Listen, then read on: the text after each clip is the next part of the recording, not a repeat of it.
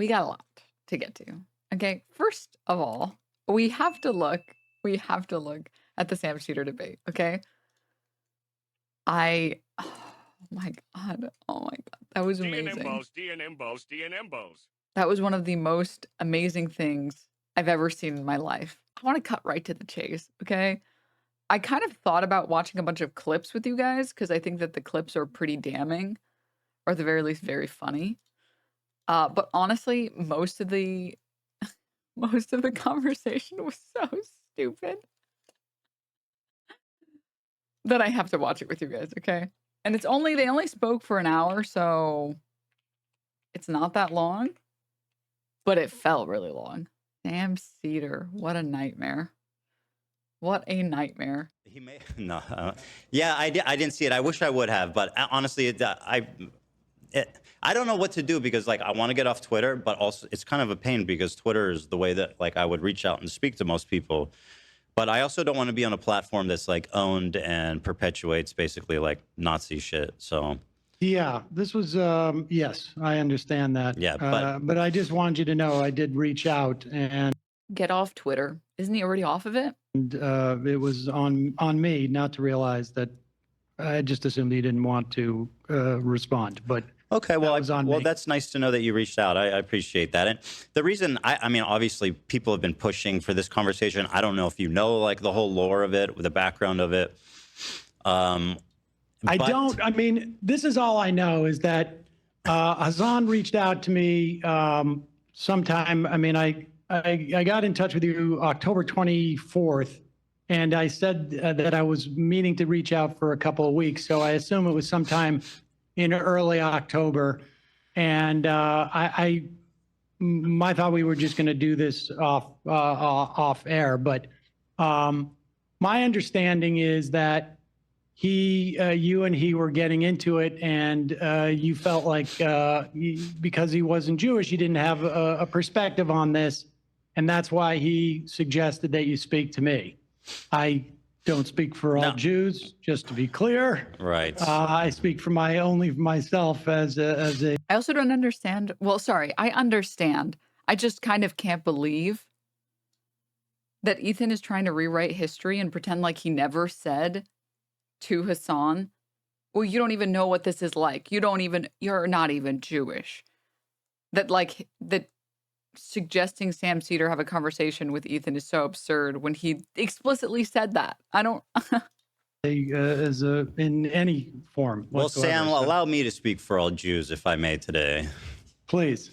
No, actually, I mean, that's a total mischaracterization, which is kind of my problem with Hassan, which we can get into if you want. We don't even have to talk about Hassan.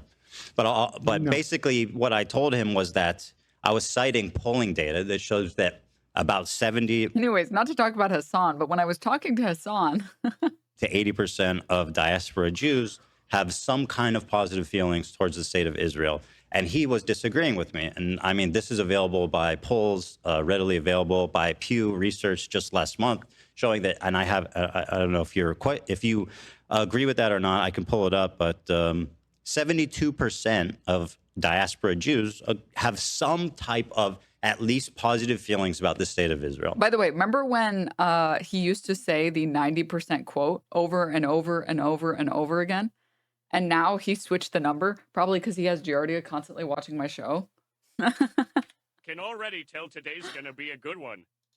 I was stating that fact to him, and he was saying that I was wrong. And I said, who are you to talk about this? I did not say that I only listen to Jewish people, which is a little bit of presumptuous and a little insane. No, I don't think. Also, Hassan didn't say that. He didn't say you only listen to Jewish people. That's not what I took him to say. But yeah, I mean, Hassan is that's irrelevant to me. Yeah. I mean, I think that I haven't seen that poll. I've seen ones that have said that they have a connection. They feel a connection, either strong or somewhat. Yeah. Which is different than positive per se. So regardless, I mean, I think if I don't know your upbringing at all, but I mean, certainly my upbringing, my Hebrew education was, I would say. Oh my God. What are your expectations for the debate today? I think it's going to happen, but I think there's like an 80% chance. Although, because they're actively watching my show right now, that can change. But I think that there's an 80% chance that Ethan finds some way in the middle of it to get out of it. Like he explodes and he says like, I can't believe this is unbelievable. I'm not having this conversation with someone like this. And then he leaves. Like, I feel like it's like a good percentage that happens. Oh my God. I need to drink some water or something. 1/3 Holocaust, and you know, I'm older, and so this was, you know, in the 70s, 1/3 into the 80s, 1/3 Holocaust, 1/3 Israel, 1/3 Hebrew, like Hebrew and Jewish culture, and I certainly feel a strong connection to Israel, but I wouldn't call it positive these days. Sure. I guess like, I think what the poll attempts to is basically, if you ask Hassan or a lot of people on the left. I hope Hassan is able to get through to Ethan. I know it's doubtful, but I want to remain hopeful. The easiest way to do this is to, like, in the middle of the debate, say, hey, listen, I have a really important question for you, Ethan. Do you want to play some Marvel Rivals later? Just me and you, off stream. Have some fun. And then Ethan would immediately start blushing and be like, yes, I would like to do that. Yes. Are you finally taking me back? We can work it out. This is what I've been saying from day one. Like, I'm telling you, it would work. It would work. I'm explicitly telling. It would be so out of left field. He wouldn't expect it at all.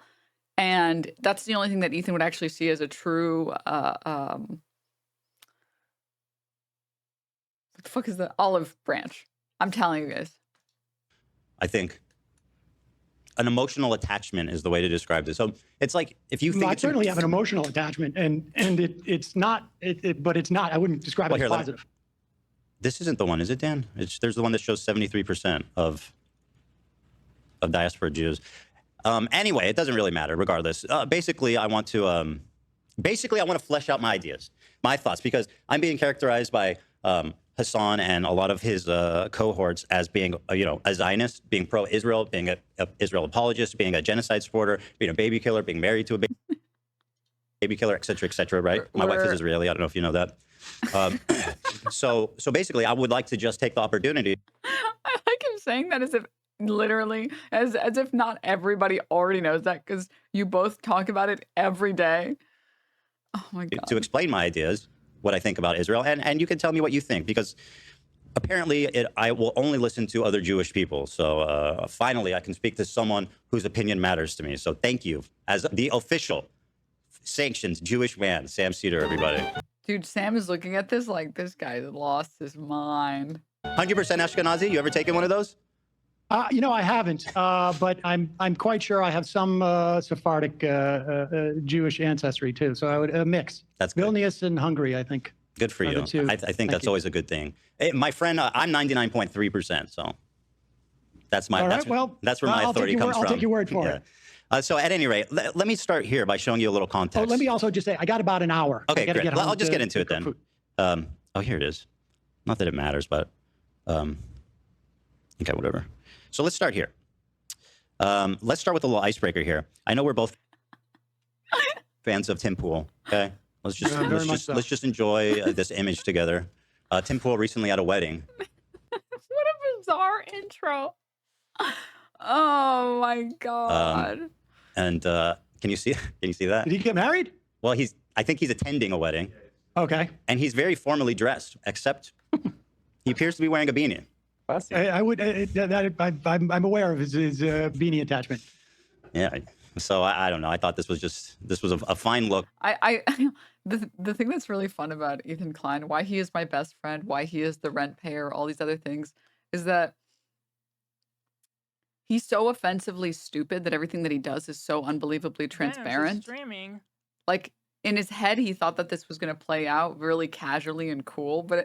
And so he's like, yeah, I'm going to write down the icebreaker here. I'm going to do this. But instead, it's like, it all feels really clunky because you can tell immediately what he's trying to do. He's trying to like butter him up and be like, see, we can both bond over this. Now, time for me to be insane and talk about Hassan for the next hour. Do you agree? No, but I showed you my Tim Pool. Please respond. Sir, I showed you my Tim Pool. Please respond. It's like, dude, do you not think that we see exactly what you're doing?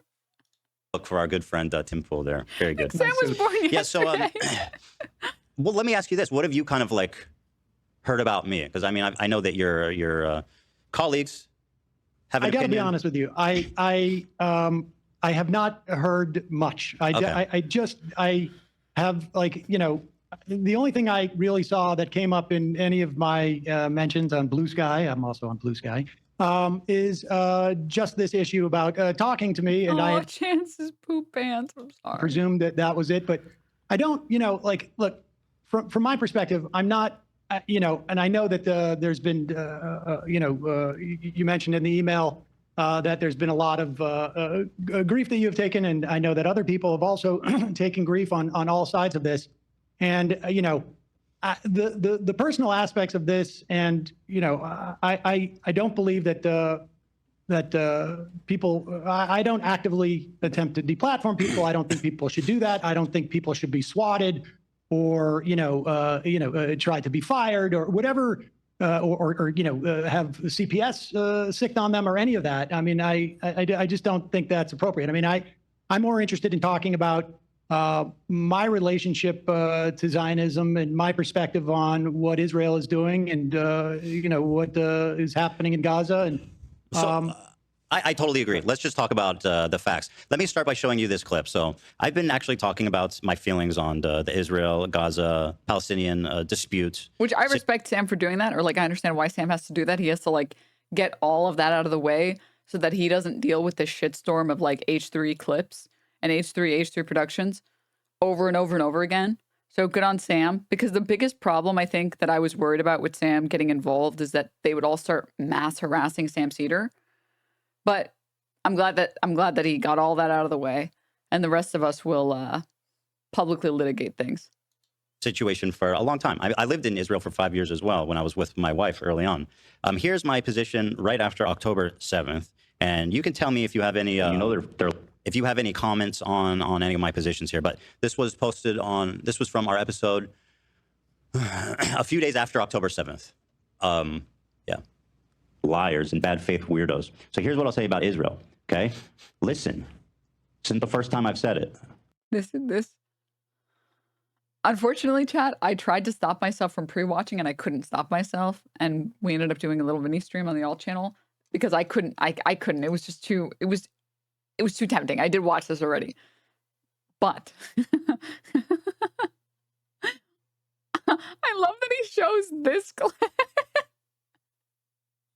As if this is the clip that anyone is upset about. As if anyone has ever cited this clip as a contentious thing that Ethan has said. As if this has ever been a clip that has ever circulated ever. It's just incredible to talk about how there's a dispute between you and this and your ex, and everyone's upset about you and everyone's upset about them. And so please, here, look at what I have to say. Like, this isn't even Anyways, well, not just that, but it's a clip so old that he's still fat. It's just, that's the best part about it too. It's like, where are you trying to fall? You can see I said this, I don't know, maybe a week or two ago. Anyways, it doesn't matter. But like, I think this point would have hit harder if it was a compilation of clips over the past 2 years of him decrying Israel's actions as genocidal and him doing any coverage at all ever or bringing on any pro-Palestinian voices ever on his show. Then I think that like this would hit hard. It'd be like, see, look, I just want you to know that I stand for the Palestinian people as much as they'd like to smear me, that I don't. I brought X person on. I brought Y person on. I brought this person on. We talked about these issues. I covered these things. I've been saying, here's all of the times I've called Israel a genocidal state over the past 2 years. But instead, it's just like one clip from leftovers from 2 years ago. And he tries to like play it off like, oh, Just so you get an idea of like why people would ever attack me. And I'll say it and many more times. Also, Hazy Hayplay, thank you for the tier 1. Link alert, thank you for the 17. Scarlet, thank you for the 5 gift subs. Thank you. The cabinet is run by genocidal maniacs, okay? They're led by Netanyahu, who should resign in disgrace and go to prison for being a war criminal, okay? He's made a coalition of the most like radically conservative freaks that don't represent, by the way, the majority of Israelis. And they're hell-bent on genocide, frankly, overtly. They've committed tons of war crimes in Gaza, including the killing of children, obviously, because Gaza is one of the most densely populated places in the world. I just watched the Louis Theroux documentary on settlers, and my head is spinning. It's clear what Zionists are doing. Yeah, I mean, I think it's like, for the purposes of clipping and attempting to get people banned, Zionism here meaning ever since Twitch changed its policy about Zionism, I always have to define Zionism because this is the world that we live in now. Zionism being people who are for the state of Israel as it exists today as an ethno-nationalist state that treats Palestinians as second-class citizens, very literally. There are roads they can't go on. There are streets that they can't drive on. There are places that they can't have businesses in. It's an apartheid state, and it should be treated Good morning, Denims in chat. like an apartheid state. And if you are for that apartheid state as it exists now, that is a Zionist opinion. You are a pro-Zionist person, right? And like Sam gets to this eventually, but like a vast majority of well, actually I don't know if it's a vast majority. I want to double check on the numbers, but a large number of Zionists are Catholic, Christian. They're not Jewish.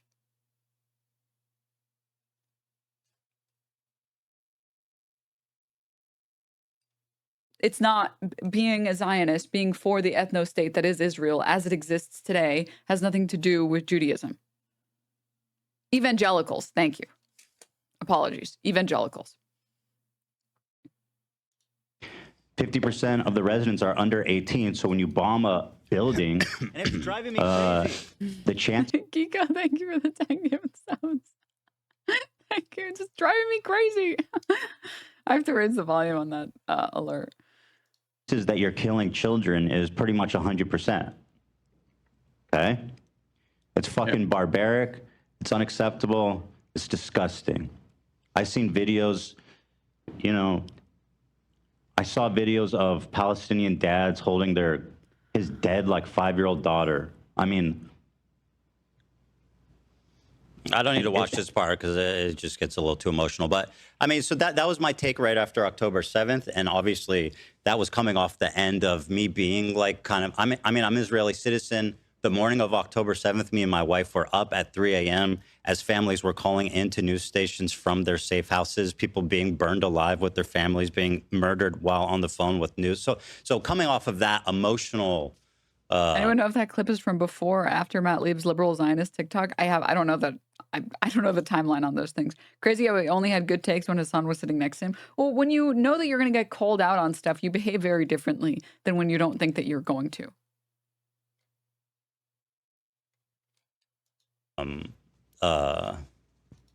Shock, right? This was my reaction. Now, I don't know if there's something Zionist or pro-Israel I said there, but maybe I don't understand. I mean, like, I'm sorry. Wait, we have to go back to hear what he said, just for those who missed it. Now, I don't know if there's something Zionist or pro-Israel I said there, but maybe I don't understand. Yes, people say that you are pro-Israel, and they say that you are a Zionist. Again, Zionist here meaning for the state of Israel as it exists today. Claiming that they have a right to defend themselves, claiming that Hamas is the one provoking them, doing apologia for Israel's war crimes, etc. That's what we mean when we talk about Zionism, and it has nothing to do with Judaism. People call you that not because of that clip. No one has ever clipped that and sent it to other people and been like, can you believe this pro-Israel piece of shit? No one has ever done that. Why not show any of the clips that people have actually criticized you for? Why not show any of the clips where people have said, this What is this apologia for like this apartheid state that you're doing? What the fuck is this? Like, I don't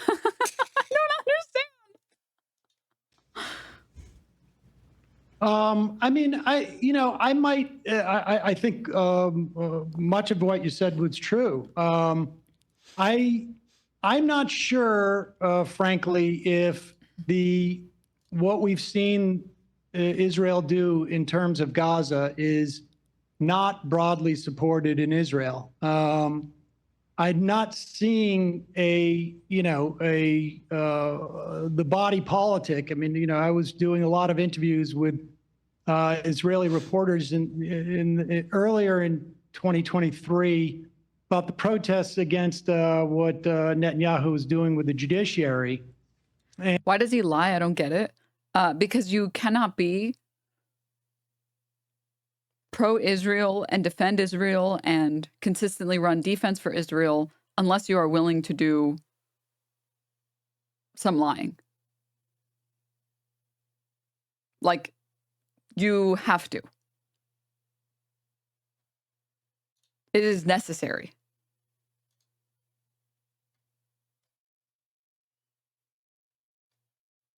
There's, oh my God, dude. I kind of wanted to show you guys this really, dude, I have to say, you know who's really profited off of Ethan Klein? Probably the most over everyone else. Fucking bad Empanada, dude, okay? Because he has somehow managed, Ethan Klein has somehow managed to make Bad Empanada one of the funniest people on the internet. Someone who is otherwise unbelievably dry and boring, he has managed to make that guy funny. That's like a feat. That's impressive.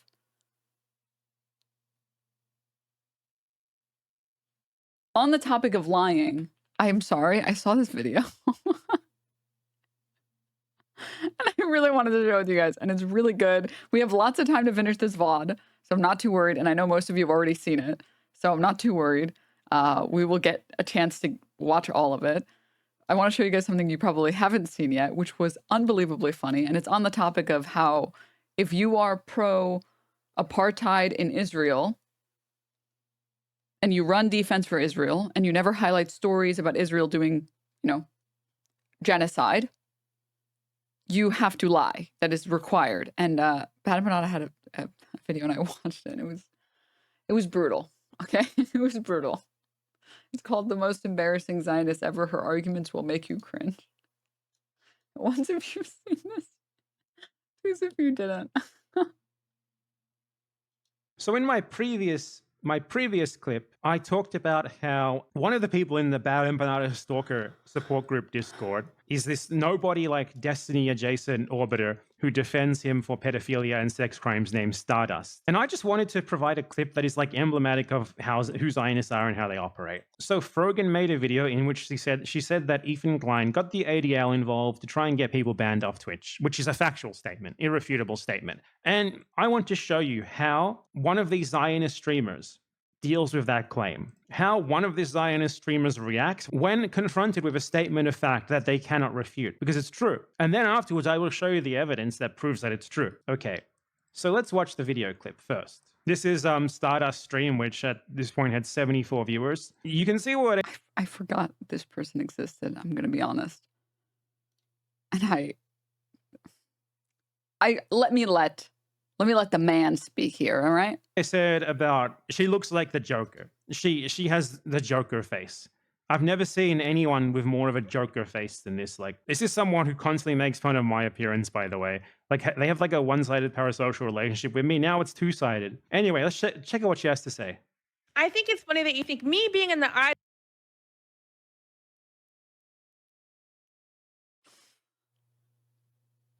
I do have to say, I am honestly genuinely surprised every time I see people criticize the way other people look and throw those bricks in those glass houses. Like, this is on the level of like Giardia making fun of how I dress or how I look. It's like, You're on cam. We can see you. I don't know why you're doing this. Why are you doing this?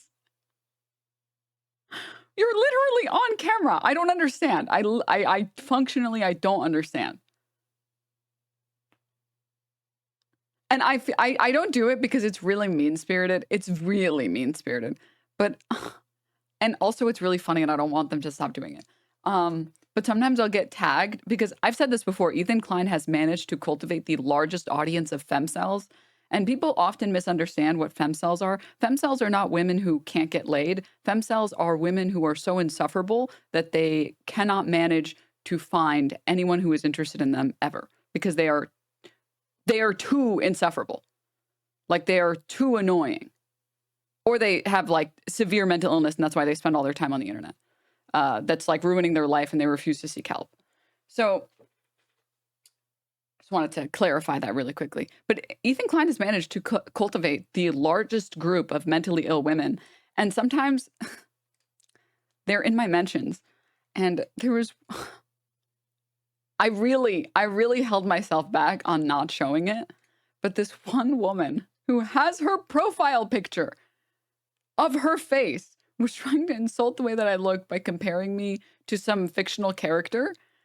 And I was like,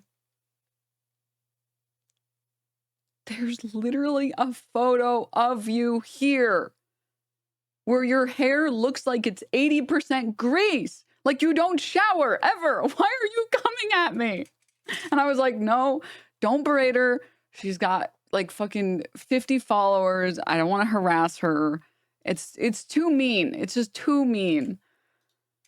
It was just too mean. And then even worse yet was, oh God, dude. This one was so brutal. This one was so mean that like, I didn't show it, but I'm going to show it now because I think it's enough time has passed. And I think that they've finally moved past this. So it doesn't feel as bad anymore. But where did I put it? I'll try and find it. There was another meme image that was going around trying to insult the way that I look. And every reply was, this looks like Hila, not Denims. And I was like, dude, this is so fucked up. Do you know how fucked up it is that the H3 fans, the H3 fangirls make a meme to try and berate how I look? It gets posted on like the Yeet account. And every reply is making fun of Hila instead. Like, do you know how bad that is? Oh my God. And I'm just like sitting off to the side. I'm like, oh my God. This is really messed up, guys. Show us. Wait, I think I remember. I think I quote tweeted it or I replied to it on main or on alt. We're getting into like 10 different levels of like stun locked at this point. One sec. Oh, here we go.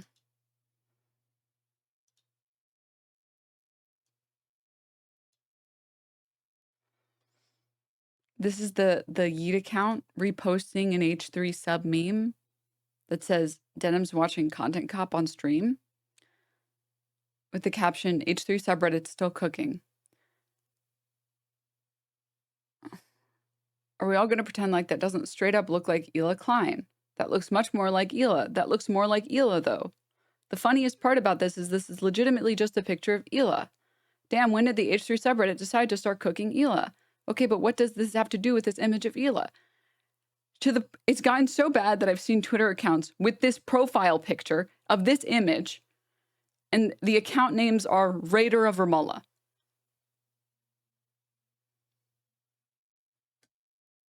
$3.4K likes on the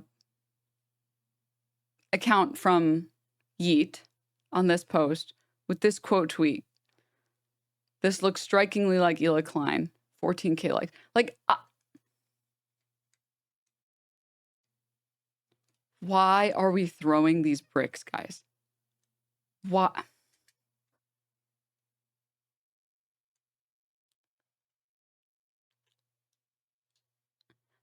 Do you know how bad it is when you guys are trying to make fun of me and then everybody else just starts making fun of your girl? Like,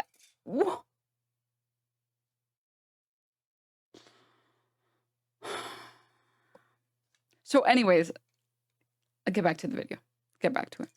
IDubbbz videos what's going to cause this harassment. When in reality, it's you, Ethan. You're acting like you haven't spent the last year and a half doing everything in your power to push people to bully and harass me, including weaponizing propaganda organizations such as the ADL to get me banned off Twitch because I made a joke about you not being Weaponizing propaganda organizations such as the ADL. Wow. Okay, let's get a wow counter going. Let's get a wow counter going. Let's see how many times she says wow in place of actually refuting the statement. 1. Wow. 2. Wow. 3. Wow. 4. Wow. 5. 6. Wow. Wow. 7. Wow. 8. Wow. 9. Oh my fucking God. 9 wows. In lieu of an argument, we get 9 wows. This is Zionist argumentation. This is Zionist argumentation for you. Have you ever seen a counter-argument that's strong? Do you know why Zionists do this? Because they know they're wrong. They know that their ideology is indefensible. It really is that simple. Zionists do this shit because Wait, that wasn't just him putting her on repeat? No, that's him playing the clip. That's him playing the wow. wrong, and they know it, and it really is that simple. It really is that simple. All that they can do is feign offense. They feign offense, and they say like, wow, how could you even say that? Because they're wrong on the facts. But don't worry, she's not finished talking yet. What else does she have to say? God, what the fuck? Oh my God, what the fuck? 9 wows and 1 oh my God, what the fuck? Dude. And a dude. Oh my God. Oh my God. Oh. Now she's moved on from wow to oh my God. Hold on, let's get an oh my God We're improving our arguments. Let's go. counter going. Oh my God. Hold on, is that the first oh my God? Wow. Oh my fucking 1. God. What the fuck, dude? Oh my 2. God. Oh my 3. God. Oh my 4. God. I'm gonna fucking lose my mind. What is going on? 9 wows, 4 oh my gods. What is going on? Okay, are we gonna get a rebuttal here? Are we gonna get someone who has something substantive to say here? Are we gonna get like an analysis of the factual information regarding the claim that was made? Are we just JQing on May now? Are we What's just going on? JQing on May now? You know why you have 70 viewers? Because you are incomprehensible to anyone who is not like coming directly from the community of someone who is about to be convicted of numerous sex crimes. The fuck did you just say? Are you JQing on Maine? Like, I know. The worst part about this is like it's a fully unedited clip that goes on for multiple minutes. That's just this. And these are the same people that will try and call me dumb or stupid or dumb bitch or whatever. Meanwhile, every clip of me is like less than 30 seconds. And right when you press play on any of these clips, I immediately explain what I'm talking about. I make a statement that seems absurd, and then I immediately explain it. Know what that means, and I shouldn't know what it means, but no one normal and well-adjusted, which I and you are not, would know what that means. She's trying to say that, like, saying that the ADL is a propaganda organization which got involved to get people banned off Twitch with Ethan Klein's involvement. She's saying that's like an anti-Semitic conspiracy theory. You know, the ADL, which posted on their own Twitter account that they talked to Twitch in regards to Ethan Klein's lies about anti-Semitism, they outright fucking said they did so. They posted on Twitter saying that they did so. Whoa. Wow. Denims is streaming. Wayne Gretzky, Michael Scott, a raider of Vermala. What the fuck is this fucking message? ADL spoke with Twitch staff today after becoming aware of several concerning incidents. It literally happened. The ADL is a pro-Israel pressure group, and they pressured Twitch on behalf of the pro-Israel streamer, Ethan Klein. Like, oh my God, are you really saying that this thing that actually happened? Yeah, she is. It did happen. Saying wow 9 times and oh my God 4 times is not a response. Oh my God. Oh my God. Oh my God. 4 more oh my gods. We're up to 8 oh my gods now. God. Okay, so 9 oh my gods, 9 wows. What's next? Wait, what happened? Did it freeze? Did it freeze, or is she just like frozen herself? No, she was frozen herself. Okay.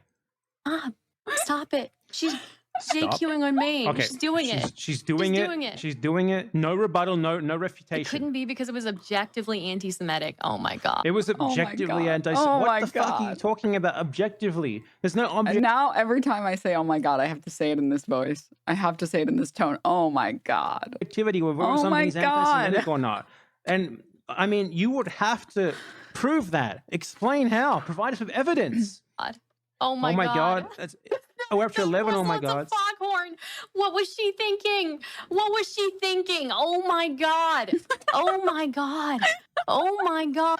We're up to 14 oh my gods and 9 wows. God. What is going on? Oh my God. At least 5 what is going ons as well. I'm downloading this video. I have to download this video. I cannot believe it's real. I just want to let you know that she actually posted this on her Twitter account because she thinks this was like a highlight of her stream. She thinks this was like a moment of her stream where she really cooked. And it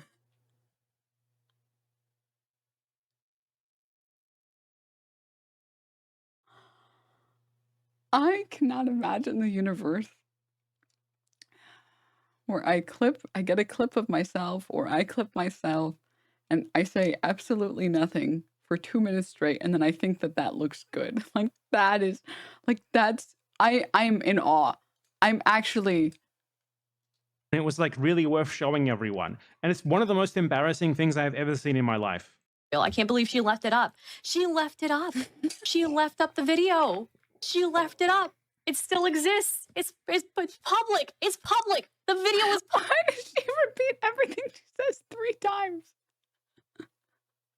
Minimum. Why? She left it up. She left it up. She left it. It's public. It's public. It's public. Public. It's And?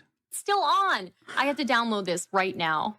Oh my God. Oh I'm my downloading God. this video. I have to download can't. this. There's I'm no downloading fucking way. this. There's no fucking way, dude. I There's have no to way. download this There's video. no way. I have That to is download. a 2-minute clip that she herself clipped and posted to her Twitter. So I'm not editing anything out here. This is like what she posted herself as a highlight that she thought was worth sharing. In the Oh clip, my a statement Oh of my fact is made. God. Oh The my God. ADL helped to get me banned off Twitch. That was true. That was simply true. Ethan Klein helped to incite the ADL into getting Frogan and others banned off Twitch. Yes, that factually happened. And that's the insane thing about the entire, oh, this is anti-Semitic to suggest that Ethan Klein is the one responsible for the ADL getting involved and getting Frogan banned, as if the ADL is personally working on behalf of Jews everywhere. Meanwhile, he's going to show it on stream. He doesn't show all of it, but this is literally the statement that the ADL put out. ADL spoke with the Twitch staff today after becoming aware of several concerning incidents on the Twitch social media, on the social media platform, and or involving Twitch streamers in the past week. And then they mentioned Frogan by name. We appreciate Twitch making the right decision to finally suspend the streamer Frogan for abusing her platform in the TwitchCon event to spread anti-Semitic vitriol during this time of intense apprehension for the Jewish community. The ADL by name put Frogan's name in there. Like this is them taking credit for getting Frogan banned. He doesn't show that part of the clip, but I'll just In let it play. response to this statement Or of like fact, that part of the tweet. This Destiny sex criminal orbiter, her rebuttal is to say, wow, approximately 9 times. To say, oh my God, approximately 14 times. To say like, oh my God, I can't, at least 5 times. And to say, oh my God, you are JQing, like 5 times. Okay, listen, she also said, I'm downloading this right now at least 5 times. No, I skipped that. Was simply true. Ethan Klein helped to incite the ADL into getting Frogan and others banned off Twitch. Yes, that factually happened. In Sorry, I want to response- skip ahead to what he shows. On the actual genocidal maniac, she knows that she can't defend her views on the actual views themselves. So all that she can do is to say, you should not be allowed to say things that disprove my narrative. Ethan Klein himself literally acknowledged that he got the ADL involved and directly took credit for getting Frogan and others banned. Here is Ethan Klein clearly acknowledging that Twitch only banned people because the ADL got involved. Like, these people lie so much, they contradict themselves, they contradict what they themselves said like a couple of months ago constantly. What's JQ? It stands for Jewish Question, and basically it covers a wide variety of conspiracies about the power that Jewish people have. Think like the eventual road that all conspiracy theories lead. Sorry, not conspiracies, conspiracy theories. Excuse me. They're different things, but Ethan was calling Frogan anti-Semitic, like, and she's, oh my god, she's doing anti-Semitic conspiracy theories, saying that I incited the ADL into banning you. You say the ADL controls everything, and I'm in cahoots with them, blah blah blah, just because I'm Jewish. And then he just months ago he uploaded these fucking videos where we said exactly that. We said exactly that he himself got the ADL involved to get her banned. Asmongold got banned immediately, rightfully, duly. However, when it comes to Frogan and her friends shitting on Jewish people, shitting on Zionists, right? They need a lot of time to think about it. And I think, yeah, like when the ADL got involved, that's only when they finally suspended Frogan and all the other people up on the stage. When a sitting congressman started writing letters. Okay, so Ethan Klein outright said there, Twitch didn't actually think this was a violation of terms of service, which clearly it actually wasn't, not even fucking close. It's this fucking moron, this Karen, just makes up anti-Semitism because he loses arguments based on the facts, because he's a genocide. Calling Ethan Klein a Karen is really good. He's a genocide supporter, and he has a genocidal ideology he can't defend. So Twitch didn't think it was anti-Semitism, and then they got pressured by the ADL, which is a pro-Israel pro-genocide pressure group that exists purely for that reason. And Ethan got them involved, and that's when these people got suspended. Only after that. Now, you might claim, but Ethan didn't say he got them involved. Ethan said they just happened to get involved. He didn't actually claim credit for it directly. What if he did claim credit for it, though? What if Ethan Klein outright said very sincerely before that he wants to take credit for what happened to her? He takes credit for getting the ADL involved and getting Debate's on 30 minutes? No, it's at PST. 12:30 PST. Well, that would be inconvenient. Okay, here he is saying it. You're mad Frogan got banned? Fucking I'm laughing in your face, idiot. And I did that shit. I'll take credit for it. I fucking did that shit. I hope she gets permanently banned. Fuck her. Never assume that the Zionists are not aware of the absurdity of their claims. They are. They engage in this sort of idiotic like repetition of, wow, how could you possibly say that? That's anti-Semitic. For 2 minutes straight, without even trying to form a single argument refuting the person and what they said. Because what the person said is true, and they know it. And they know that what they're saying is stupid and fucking absurd. But they rely on the fact that their positions are useful to American and Western imperialism, and thus they have like all of these groups that will come down on their side. Which again, Ethan, literally, we just played the clip of him saying, yeah, I'll take credit for that. Yeah, it took ADL stepping in and getting them banned. And I'll take credit for you getting banned. Fuck you. You should get banned permanently. And here again, I will post it in chat. This tweet is still up from the ADL where they list Frogan by name and commend Twitch for banning her for anti-Semitism. And people have tried to spin this as, I can't believe you would suggest that a Jewish man would rally the ADL. What are you, anti-Semitic? It's like, what are you talking about? This is literally what happened. We're just describing the facts that happen. These are simply the facts that happen. But I only showed you, I showed this clip to you guys because I love showing you guys garbage. And that clip is amazing. Oh my God. Oh my God. Oh my God. Oh, Jesus fuck. Anyways, now you guys all have that brainworm in your head. But also because I wanted to feed back into this other point that if you are pushing liberal Zionist ideas or propaganda or doing any service for the state of Israel by claiming that Israel is attacking because they're being provoked and they have to respond this way because of Hamas and et cetera, et cetera, et cetera. The reason that these people lie is because they have to, because the facts are not on their case or on their side, excuse me. They have to lie. They can only hold and uphold their positions by lying.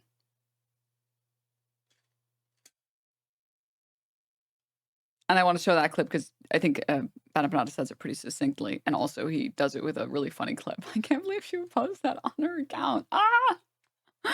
Oh my God. Oh my God. Oh my God. Times 15. All right. Back to the debate.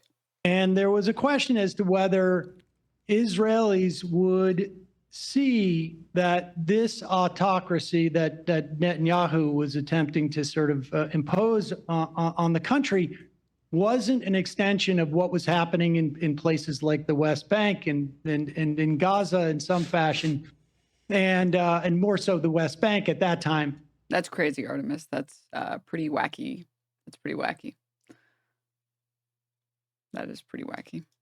And so I think it's hard to make an argument. And look, I would make it's not a perfect analogy as to what's happening in this country, but, when you talk about the Israeli population not, having a problem with what's going on in Gaza, I don't see a lot of evidence of that. There's certainly, I would imagine, a percentage of Israelis, and I know some of them, who think that Israel should stop its assault there, but I don't think it's a. Langium, thank you for the Langium, thank you for the 5 gift subs. Obviously, thank you for the Prime. Kelly, Doug's, Albright, thank you guys. Thank you. Bad Train Wreck, thank you for the 24 months. Pure Battle Sword, thank you for the Prime. Thank you guys. Sorry if I'm missing some. I don't see. I don't know if I said thank you, but El Gigo, thank you for the 10. A lot of evidence that a year and a half later, after you said those things, that this is not the character of the vast majority of Israeli society. I mean, I'm not necessarily convinced that they are as aware. I mean, I've talked to people who have reported in the West Bank, and they said they would go from the West Bank into Israel, and the lack of awareness of what was happening in the West Bank by Israelis was shocking to them. So, I can't say if the Israeli population had a full understanding of what was happening in Gaza, that they wouldn't change their mind. But I don't see a lot of evidence of it. So as you touched on, this was made basically before the war started. And I think that the unfortunate, really tragic outcome of the war is how much it's jaded and radicalized, I think, people in Israel. It's really, I think people in Israel feel like isolated. They feel like, the sentiment in Israel is basically that. The world wants, the country to disappear, and obviously, like that's a much more nuanced conversation. But the feeling there has definitely radicalized a lot since the war started. It's gotten a lot worse. And I think, I think that gets to it to some extent. I mean, you have this wholesale slaughter. I was looking up. We killed. Also, I'm sorry. Yeah, like even in this conversation, he can't stop himself from propagandizing and calling it a war instead of, a genocide.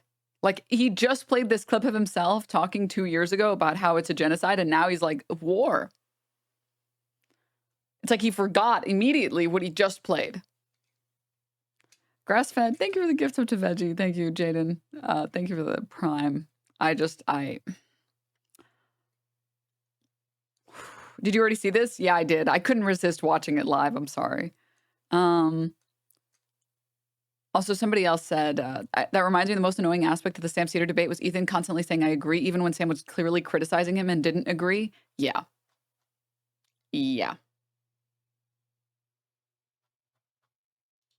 In Iraq, depending on what numbers you want to look at, but, I think it's safe to say directly hundreds of thousands of people, but even like the number of children that we killed in Iraq, I think has been surpassed by what's happened in Gaza. And I think one of the things that I find shocking is that the sense, and look, I experienced this with family members, where the sense that, there's a victimization, for instance, let's say on college campus of Jewish students. And I think that to look at what's going on, the totality of what's going on, and to perceive the victims of what's happening here to be the Israeli citizenry or Jews in this country, I think it just blows my mind. I mean, two people can care about two things at once. Why should people? Absolutely. Absolutely. People who are uninvolved in the war, if they're being like victimized in a separate situation because of their Jewish identity, that's a problem, don't you think? Oh, I do, but And I you can think care that, about like, two things. You can't be like, oh, these people are ridiculous for caring about anti-Semitism on college campuses because the war's happening. I mean, both we can care about two things. 100%. And obviously one is way worse, right? One is way worse. But that's the point. I mean, one is way worse. And what's happening in But Gaza, who should tolerate being discriminated against based on their identity? You know what I mean? Like, of course, Well, who wouldn't react to that? I don't think that people are. I don't think that people are being victimized. I mean, certainly, listen, anti-Semitism is real. It was real when I was a kid. There was many times I had pennies thrown at me growing up and playing basketball. I mean, there was a lot of. I've experienced anti-Semitism. I want to let Sam respond, and then I want to say my piece, but I don't want to interrupt him. But I mean, put it in the context of like you're a parent, I'm a parent. If my kid is going through something very difficult, it's obviously difficult for me, but it's more difficult for them. And it's a question of prioritizing these things. You can have two thoughts in your head at the same time, but to center oneself or to perceive that one's victimization is sufficient to ignore the. I got to stop you because I don't think I don't know who's doing that. Well, I mean, I just said like. You just presented as the Israeli population feels like they're isolated and this and that. There's two different separate conversations. There's like the American Jewry who's like, I have nothing to do with that place. And then the Israelis, right? So like when you're talking about. In terms of the way that you characterized the Israeli feeling was that they feel isolated, et cetera, and I can understand that, but to not have the first thought of like, we are committing, like you say, genocidal acts. And if people want to call it genocide, I don't, obviously it's got to be, it's a legal term, but I think that it's colloquially speaking, at the very least, it is a genocide.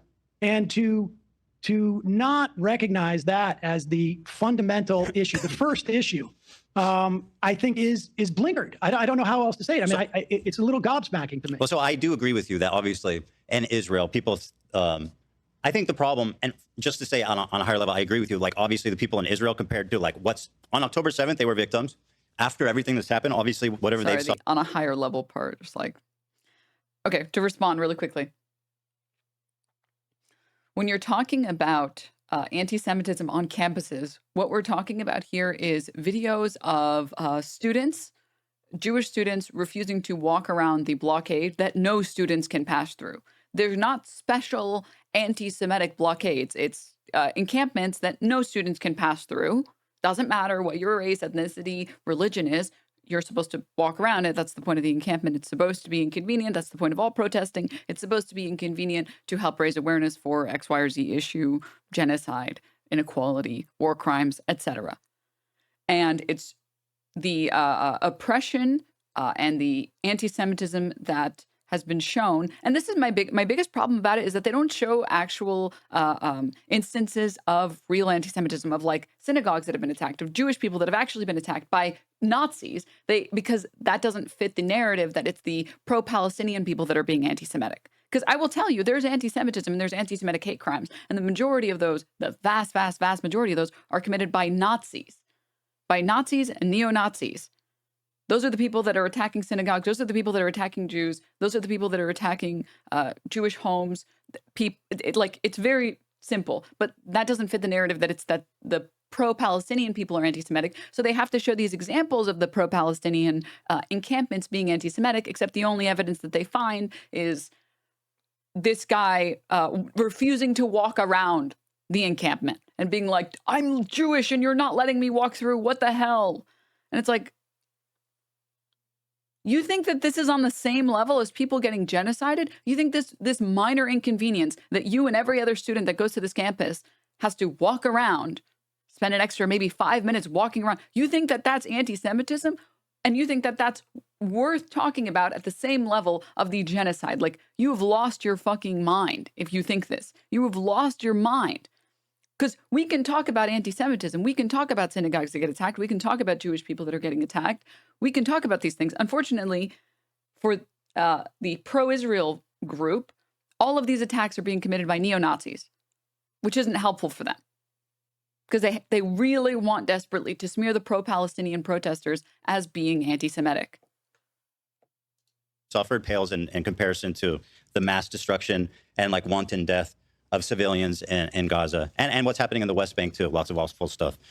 That being said, I think the problem with Israel, just to try to explain what's happening there, because I do agree with you, is just like the media apparatus and the feeling that they have there. It's like there's not a lot of space emotionally, and like even the information that they're consuming, I think that would allow them to have that kind of like self-realization. And like you said, a lot of Israelis don't know what's happening. There are some. I mean, there are some. Yeah, of course, there's some. Haaretz, you know, what was it in the fall? You had the publisher of Haaretz, you know, speaking out about what was going on there, and the paper was essentially, you know, a cutout, or there was an attempt by the government to basically shut them down on to some extent. I mean, so well, so what's your explanation why Israelis don't care? It's not that they're evil, right? Well, I think, look, there's, I'm sure that there is a... Well, they don't care because it's not beneficial to care. That's why. There is a mass, you know, sort of like a failure... Will you stay live during the Son debate later? Yes. Are you kidding me? Yes. Long stream today. To deal with trauma, I think, but I think some of it is, frankly, is a racism. I think, you know, how can you explain, you know, how can I explain how I just watched a clip of people at a Trump rally chanting USA, USA, to watching a video of people being, you know, taken into that prison in El Salvador and having their head I mean, I don't know how I can explain that. So I don't know how I could explain how the Israelis are able to the extent that they can see what's going on in Gaza, have that reaction. But I know that it's wrong. And I think, you know, some of it undoubtedly is a racism. Some of it is, you know, maybe some type of mass failure to deal with trauma. I mean, I don't know all those things. I think, you know, part of it, I think there's some of the makeup of, you know, immigrants to Israel over the past several decades. I'm sure all of that enters into it. And I'm not in a position to sort of like be able to psychoanalyze it beyond this sort of, you know, vague notions. Sure. But yeah, and I agree. From my perspective, it's gobsmacking. And, you know, to me, it has shown, and, you know, I never identified myself as a Zionist as a kid or, you know, through the years, and I never identified myself as an anti-Zionist. I don't think I, you know, I think it wasn't really until someone heard me articulate my perspective on this that they referred to me as anti-Zionist. And I have, you know, I don't really care one way or another how I'm labeled. But to me, it shows a failure of that system. Yeah, propaganda warps minds. It's bad. It's not just like, oh, well, they grew up in this house. Of course, they like the KKK. It's like, fuck that whole line of reasoning Ethan does. I mean, yeah, like the thing is, if you're Israeli, born and raised in Israel, you have a prerogative to believe that all the Arab states near you want you dead and that you have been incessantly attacked by these terrorists. And you have no choice but to defend yourself by attacking Lebanon, by attacking Iran, by attacking Palestinians, by attacking everyone around you. I'm sorry, you just have to do that. Because otherwise, if you let them here being Arabs exist, they will come and kill the Jews. That's obviously what they want to do. They're the most anti-Semitic group of people that's ever existed, ever. Ignore the Holocaust. Forget about what happened in Europe. You have to understand Arabs are the people that want to Holocaust us more than anybody else. Like, oh no, Sam Seder, what a nightmare. Sam, please adopt me. When you're born and raised in that ideology, and it's also beneficial to believe in that ideology, of course you're going to believe in that ideology. When all of your friends, all of your family members believe this, everyone you've been raised with, everyone, like every teacher you've had, like, yeah, of course. And you benefit from that system. Like you just, being aware of the atrocities happening to Palestinians, what does that do for you as an Israeli? It just makes your life harder. And so, of course, you're going to pull the wool over your eyes because you don't want to see it. It's the same way that, like, Americans treat capitalism, where they're like, there's something wrong with this system. I can't believe healthcare is so expensive. I can't believe homes are so expensive. How could this happen? And then you say, like, well, I don't know, this capitalist system inherently will lead to the commodification of every single thing, even things that you need to live. The response is, no, that can't be right, because I love my little capitalist treats and I like being able to exploit laborers. So it has to be something else. It's too inconvenient to know the reason why, or like to address the reason why bad things are happening, right? Government that Israel has. And it has failed both from a perspective of, what I think some people had as a notion of Zionism in the 19th century. It has been a failure in terms of keeping Jews safe, frankly. 100% agree, by the way, on this. Ethan says that Israelis don't have the ability to have the realization is crazy. That's a horrible argument. And him and Eli have literally said that people in Israel who refuse to be conscripted are selfish. They said that it's like honorable to serve in the military.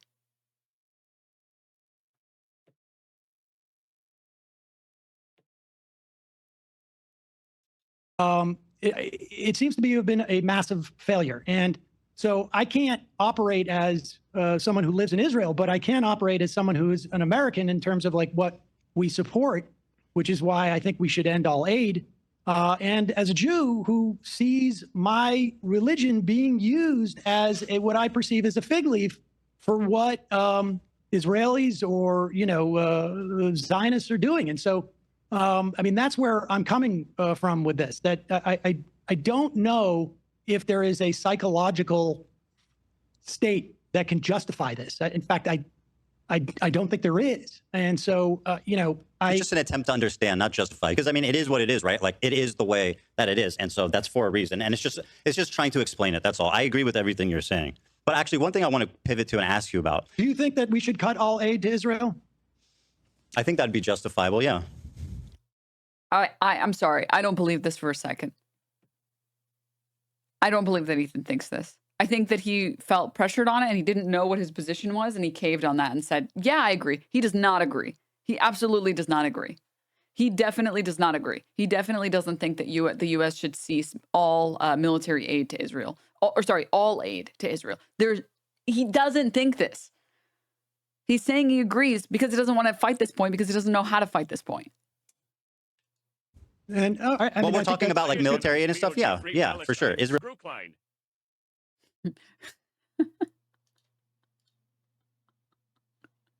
You agree when he comes home? Oh, Ethan, you said you agree. No aid to Israel, huh? To the tattoo parlor with you. Israel can make their own bombs and shit. If they need, they don't need American military. Yeah, I agree with you on that. I think they do need it to do what they're doing, without a doubt. And well, what I mean is they're not entitled to it. I should say more accurately. Yeah. So yeah, I think military aid should be cut for sure. Until as a Jew, and obviously you have a different connection to Israel than I do, as through your family and whatnot, and through having lived there. But as a Jew, I take such offense to what is being done ostensibly to protect me and my family and my ancestors and my progeny and all of it. I think it's I think the conflation of Zionism and Judaism is both not keeping Jews safe and is wrong at its core. And we can see what it's even doing in the context of this country, the way that it's enabled Trump and to attack universities and to attack law firms and whatever. And so I don't know. And if you agree with that, great. If not, I'm happy to discuss it with you. Yeah, no, I agree with everything you're saying. And part of the reason why this chasm started between me and, Hassan is very influential. So when he decides that somebody is an enemy of the movement, for criticizing him, which is what I perceive happened, then it kind of becomes reality. For example, one of my criticisms of his is him not supporting Kamala Harris. And would she have stopped the war and been like a perfect dove? I don't know, but I know she would have been better. Do you think that the suit is because of the Pootie Tang comments or the bad tattoo? I think it's the Pootie Tang comments. I think he thinks that the suit makes him come off more intelligent. Sorry, we got to get back to Kamala becomes reality. For example, one of my criticisms of his is he's not supporting Kamala Harris. Now, would she have stopped the war and been like a perfect dove? I don't know, but I know she would have been. This is, I think, the worst part of the debate. Trump. I know that for sure. Trump's posting like this insane Riviera, Gaza, the Riviera with Trump hotels. I mean, that's and like he's sending the 20-pound bombs. He's telling Netanyahu, you have a blank check to do whatever you want. Now, like it just came out that Biden didn't, did nothing to. I mean, listen, I think. Well, I'm talking about Kamala. I suspect.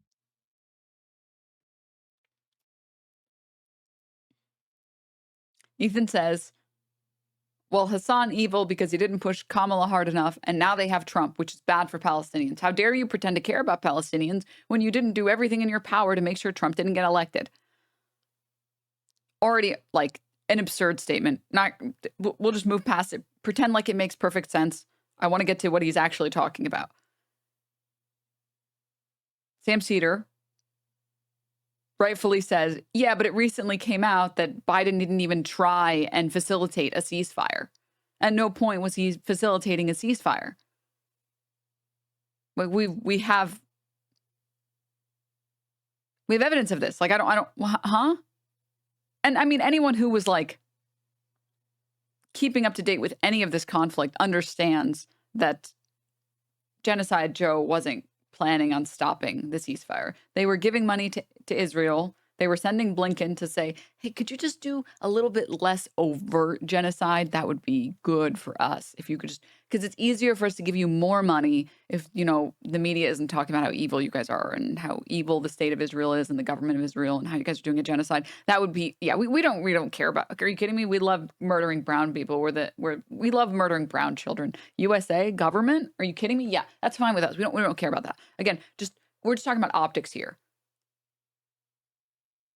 Recently came out, confirmed that they never negotiated a ceasefire. They, in fact, were not working tirelessly for a ceasefire. Ethan's response is to say, yeah, well, we're not talking about Biden. We're talking about Kamala. Kamala being the person who went on, was it ABC, MSNBC? I forget which one, and said probably the thing that killed her chances of winning the hardest. That and like refusing to say anything about the genocide in Gaza. Would you do anything differently? Would you have done anything differently if you were president instead of Biden? And what did she say? No. I wouldn't change a thing.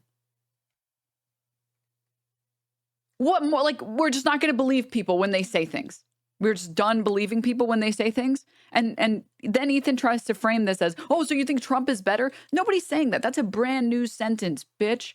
This is the pancake waffle situation.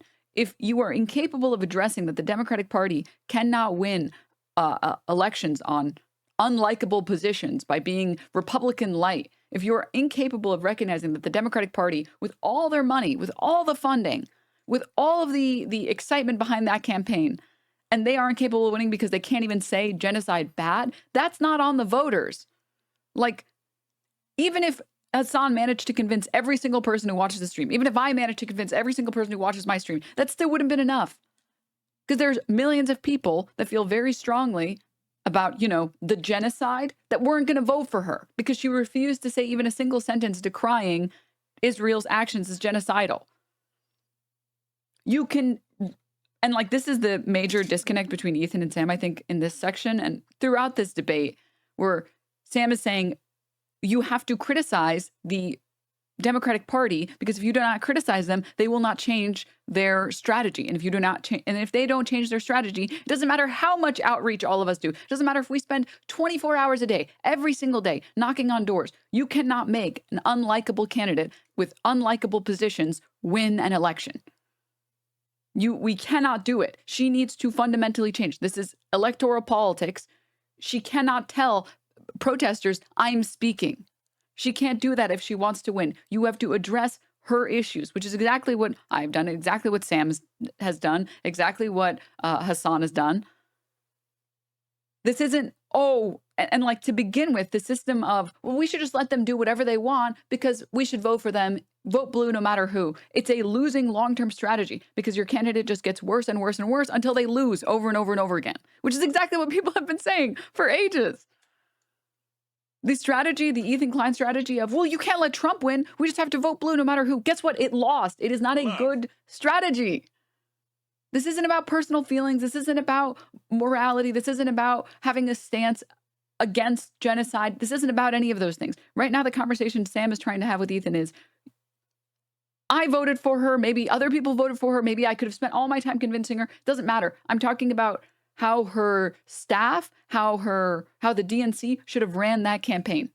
We're talking about tactics for winning elections. And she lost that election because, in a big part, due to the comments about Gaza or the lack thereof. And the strategy of vote blue no matter who isn't working. It's not working. This whole like, well, Trump is worse. Guess what? That doesn't motivate people to go vote. It didn't motivate them against Hillary Clinton. It didn't motivate them against Kamala. The fact that I suspect that she would not have had the same policies as Trump.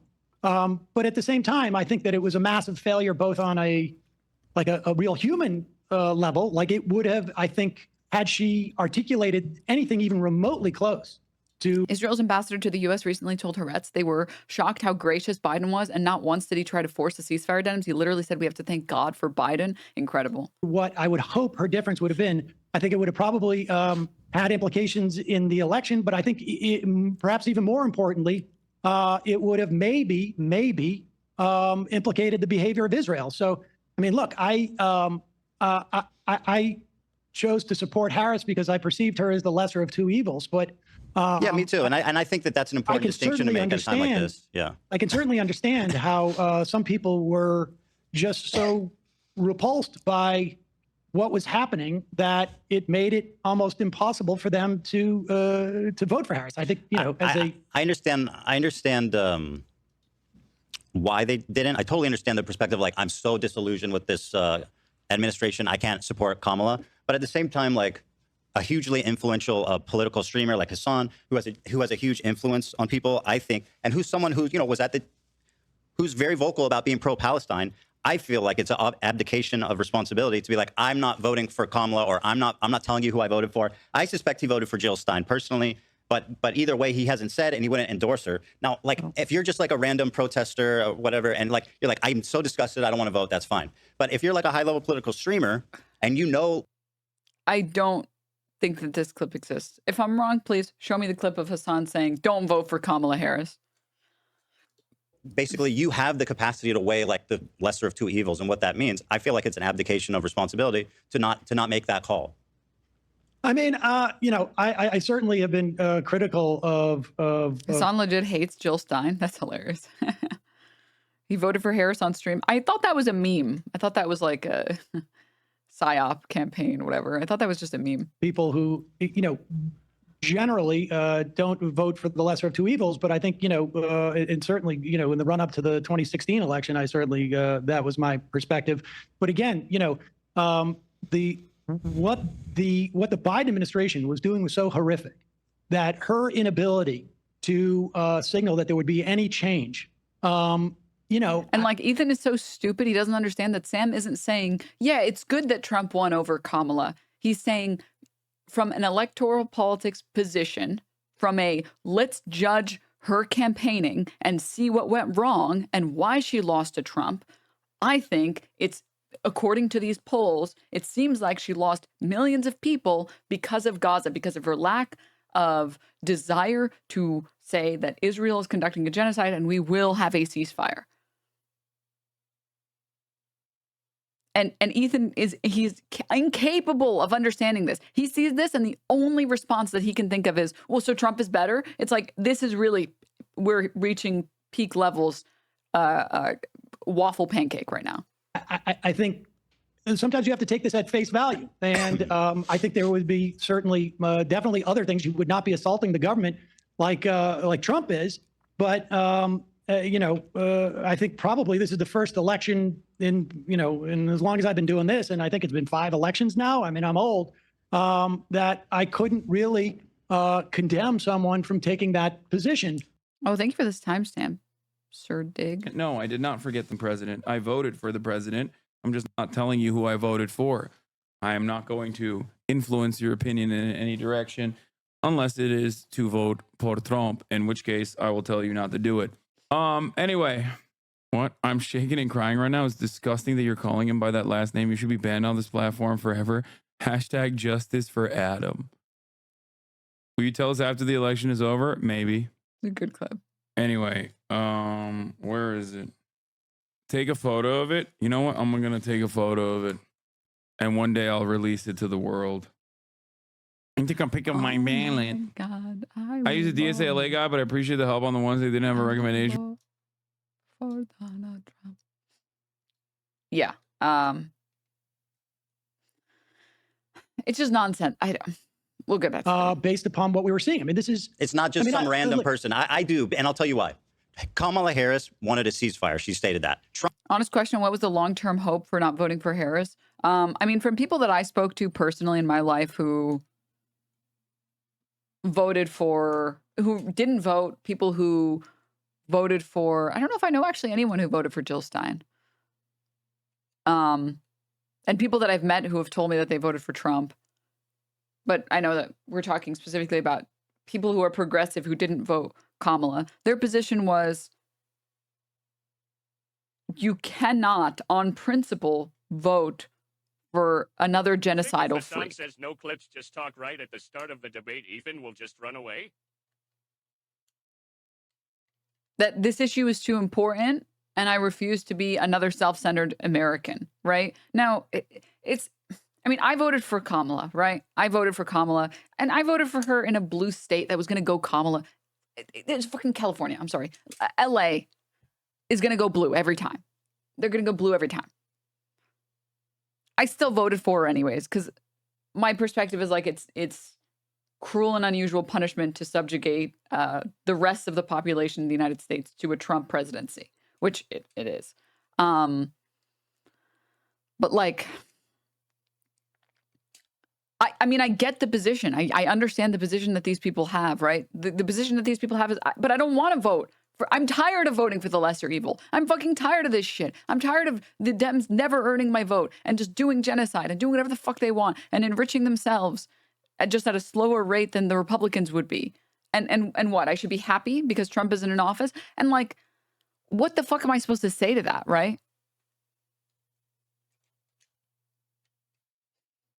I stayed home. I usually vote despite living in a red state, but I just couldn't this time. If I was in a swing If I was in a swing state, I would have voted for Kamala. And that's the other thing as well. I think a lot of people protested by not voting. Again, I voted for Kamala. I'm only speaking on the opinions of other people that I've spoken to, and trying to explain my understanding of their feelings about this, right? The way that a lot of people saw it, they saw it as, it doesn't matter. My vote doesn't matter anyways, because the state is going to go blue or it's going to go red. And I want the DNC to see that they don't have popular support. I don't want them to win at the same margin that Biden won, because I want them to see that they don't have the same popular support. Which, I mean, if there's something to stand for or stand against, it is genocide. That is it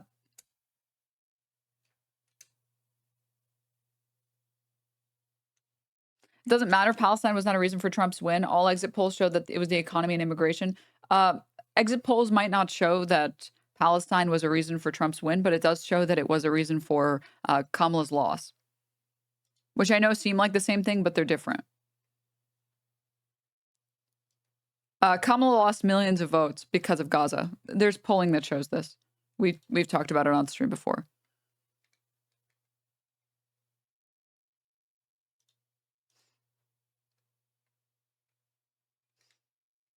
I mean, she lost. Biden had, I think, like, what, 4 more million votes than she did? More, maybe? And she lost those. She lost basically that same margin of people. And the percentages show that it was because of Gaza.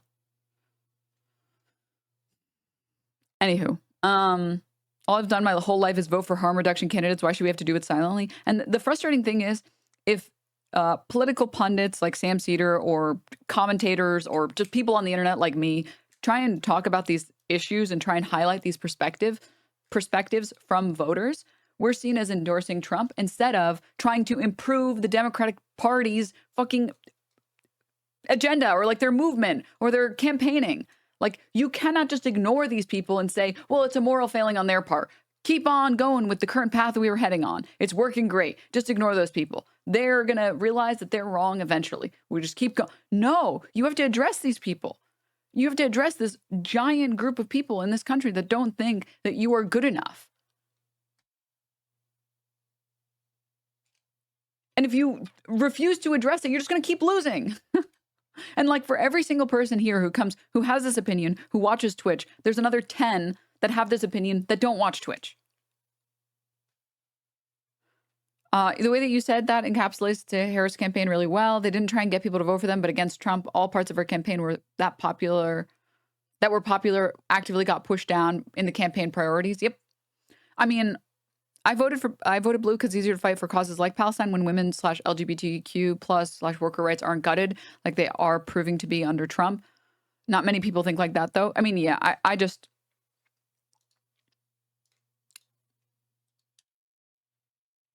As someone who voted Kamala, I do not think it is a good idea to morally shame those people into voting Kamala. In fact, I think it hasn't been working. And if you want to win, stop using shitty tactics that don't win. Because I've had these conversations. You think people who voted for her haven't tried this? I have tried to convince people, but shouldn't you vote for her because X, Y, and Z? Well, shouldn't you vote for her because of lesser? Well, shouldn't you vote for her for women's rights, for queer rights, you're not... You know what? Maybe I'm not the most persuasive person in the world. Maybe other people who are more persuasive can do a better job. I'll bite that bullet. That's fine with me. But did you consider that maybe other people have tried and it's not a good strategy? I haven't been able to convince anyone who's on the no. When she decries this as a genocide and says she will stop the genocide and she will ensure a ceasefire and she will make sure that the hostages are returned and also the Palestinians that are sitting in prisons that have been sitting in prisons for decades with no due process for who knows what crime, what alleged crime, when those people are freed, when all of that is done, we can have a ceasefire. Until then, I would like to stop all military aid to Israel. If she said that, dude, oh my God, dude, she would lose a lot of funding, to be very clear. Like a lot. But, I mean, AIPAC would be pretty unhappy. But she would win a lot of votes. She'd win a lot of votes. Because people want someone who stands for something, dude. That's the whole reason that, like, content creators exist. And that's the reason why, like, celebrities, despite all of their money and influence and power and whatever, still compete with content creators, because people want authentic positions. They want people that stand for something. They don't want some fucking garbage being shoveled down their throat over and over again for years. It's like, anyways, I fucking hate so Trump's better. It's like, what type of baby brain shit is this, man? Trump said, finish them. I mean, let's be honest. Like, for someone Biden like said, Hassan, I want to see I'm not voting for Biden. I'm not talking about Biden. No, I understand, but we found out that Biden, in fact, did nothing to bring that about. So, well, like, you know, you can talk about Biden. I'm talking about Kamala Harris. What she said. I mean, well, she's the vice president. I mean, at the end of the day, she doesn't really do that much, right? No, but I'm talking about the candidate. Biden, as a president, said he wanted a ceasefire. She, as a candidate, said, I want a ceasefire. Well, do you not? Even if you're like, I don't know how much I trust them. One's like, I want a ceasefire, and the other one is like, finish them. Well, listen, I think it was certainly obvious to me that Trump was going to be worse. But I think, like, if you're trying to get the candidate to show some indication of this, I can understand that. I mean, I wouldn't do it. I would disagree with it. But yeah, I get your point too. Like, ultimately, I understand why people wouldn't want to support them because of what they've seen, and like that, it feels like it also shows a tremendous amount of just like electoral malfeasance on her part. I mean, which, like, again, this is what I mean when I say Ethan Klein is not prepared to have this conversation with Sam. Because Sam is talking directly about the political issues, directly about the parts of the campaign that went wrong. He's addressing the actual conversation at hand. And Ethan is not capable of having this conversation. they made an active choice.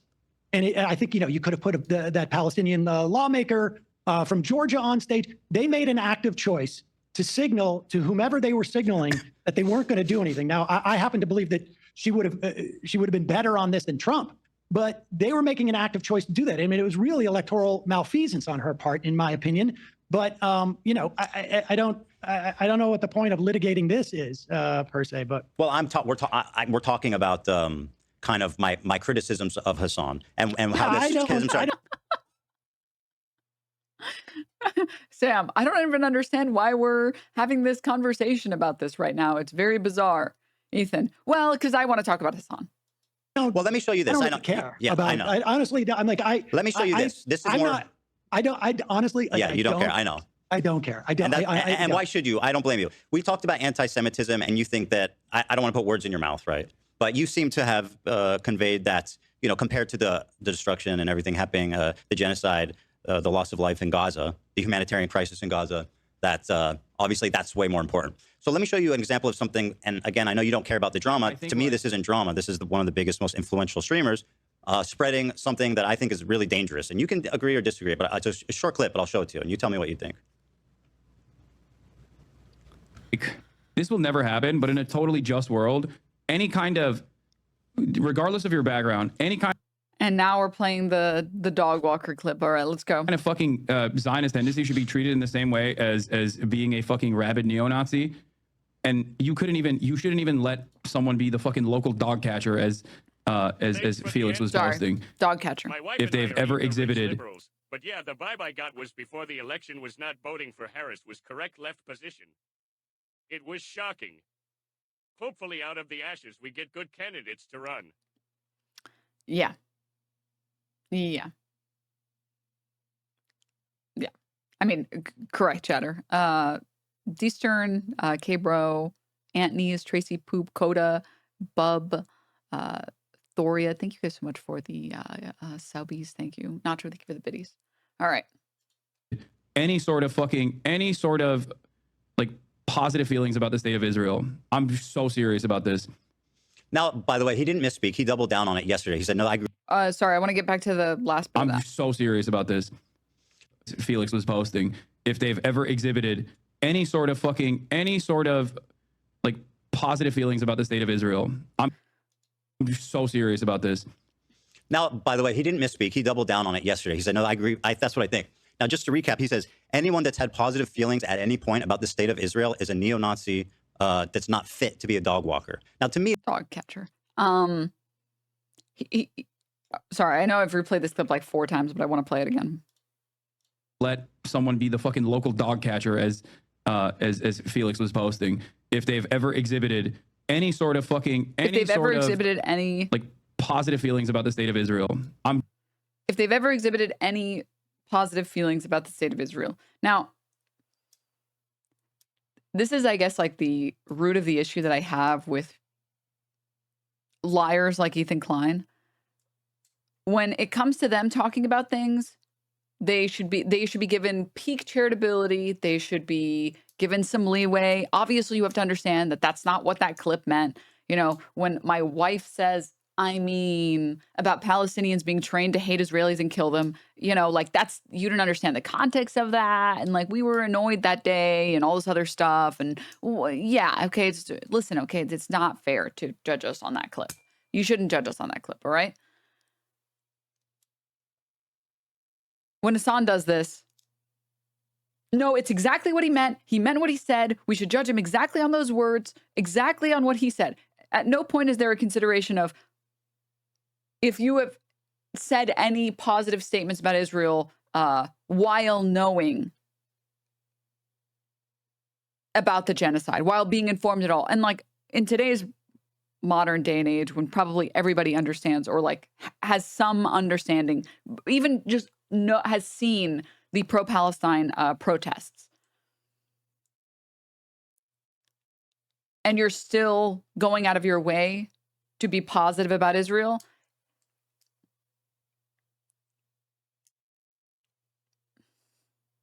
I mean, are you fucking kidding me? Why are you saying positive shit about Israel when you know that they're fucking committing a genocide? You see millions of people protesting against this, and you're just like, I mean, they're not that bad. Like,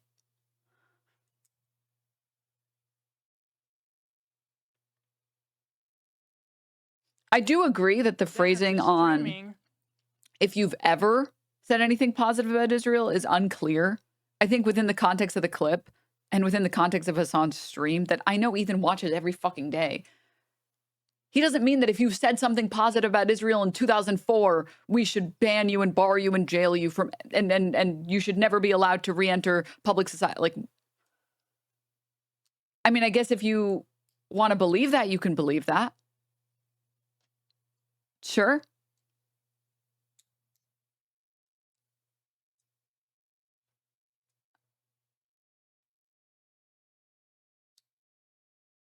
It's definitely hyperbole. Like, it's clear that it's really clear to get that impression. It's just Ethan being incredibly uncharitable. I mean, yeah. That is all I have to say this month. Peanuts. I agree. Passenger, thank you for the 5 gift subs. Thank you. Thank you. Because I've known people that have said things that are positive about Israel, and I mean, I don't even convince them. I show them videos of people who have done documentaries or tours of Israel and the settlements and the West Bank, like Louis Theroux's documentary recently on settlers.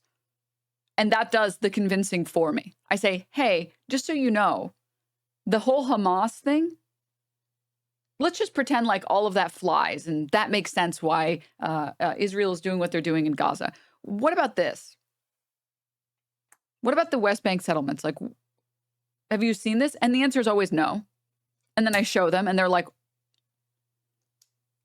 wait, are they just like callously murdering these people? Is it actually not about Hamas?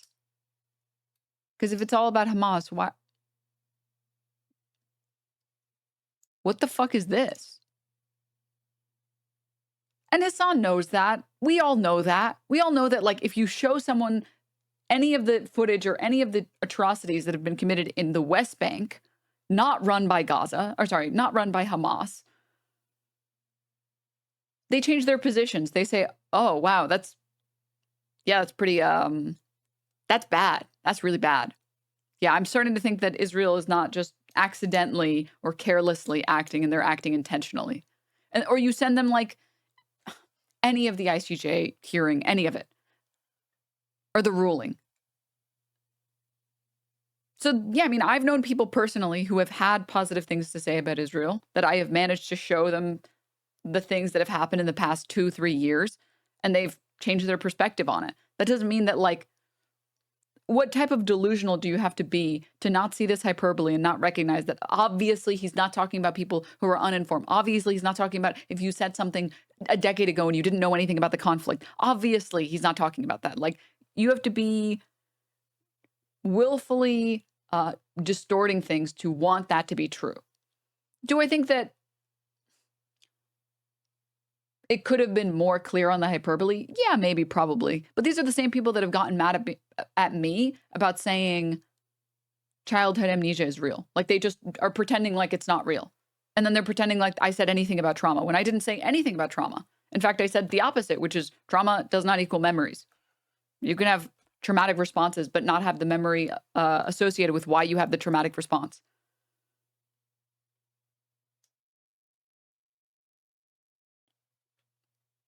There's no charitability, right? There's no charitability. Also, they got mad at you for saying bad posture meant bad person. Yeah. Correct. I actually hate people who have scoliosis. It's true. It's like, no, I'm saying that maybe you should look inward when your neck has gone fully 90 degrees as an able-bodied person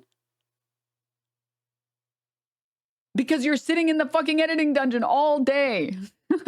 And like even Hila, his wife fucking defended it and was like, why he's sitting at the computer all day? Of course Ethan looks like that. It's like, I sit on my computer all day. My neck doesn't look like that. What the hell? What the fuck? I don't got no gamer gun. You can manage your posture, okay? Also, it's one of those things that you should care about, because when your posture is really bad, you're going to fuck yourself later in life. You will hate yourself for never correcting your posture. All right. I'm so serious about this. Which Now, I want to skip ahead because I want to make sure we get through everything today. Sam Seder then says, I mean, you guys have all seen this, but Sam Seder then says, yeah, this is obviously hyperbole. You have to be willfully ignorant or willfully lying to ignore that. I got to tell you, if you look at what's happening right now, and you have positive feelings about Israel, he said at any point in your life, Sam. Just to be clear about what he said.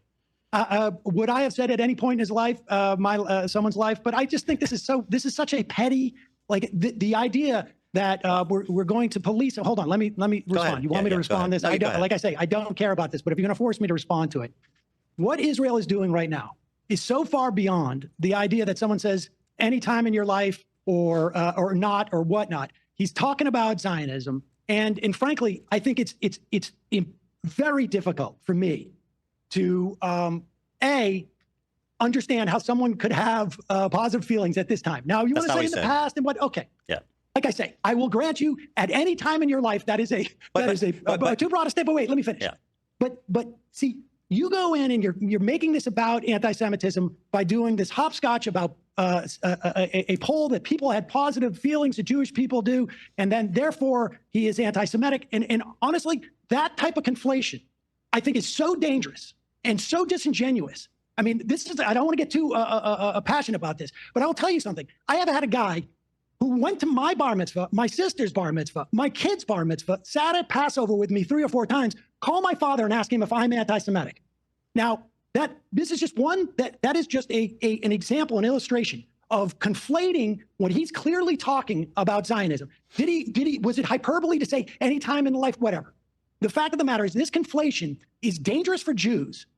It is a fig leaf and a way of weaponizing anti-Semitism that has enabled Donald Trump to do the shit he's doing, that has enabled the slaughter of thousands upon thousands of children and women and men, for that matter. It is not keeping Israelis safe. And this type of conflation, Ethan, is what I find far more irresponsible, frankly, than the idea that he said positive any time. I mean, look, you do a show Sam, 4 hours a day. He does a show 5 or 12. God, dude, Ethan was not prepared. He was not prepared. He thought that was like, he thought that clip was going to be it. He was so sure that was going to be the clip. And oh, man. Oh, my God, dude. I got banned on the H3 Reddit for saying I knew we shouldn't debate Sam Seder. Even framed it like I was on Ethan's side and they banned me anyways. Well, yeah, I've already said this like a million times. I know you guys already know, but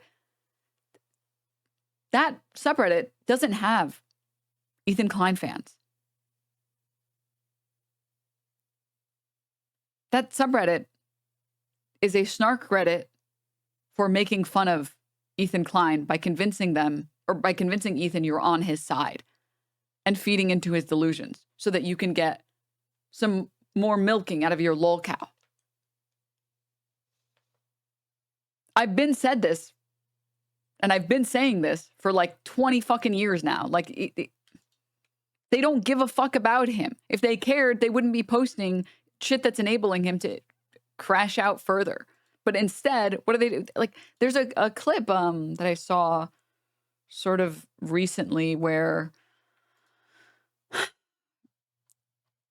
it's like Ethan saying that like a lot of people left the community after the fallout from leftovers. And I think it was Dan or somebody else saying, yeah, but those were our fans.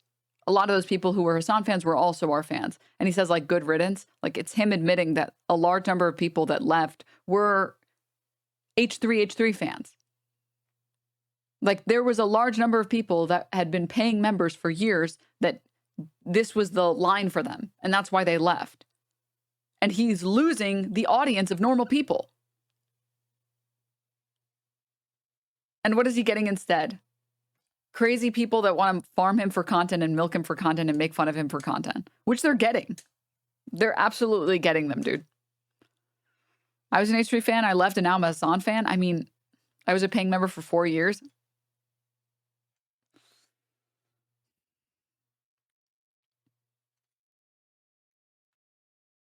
Oh, I think I found it.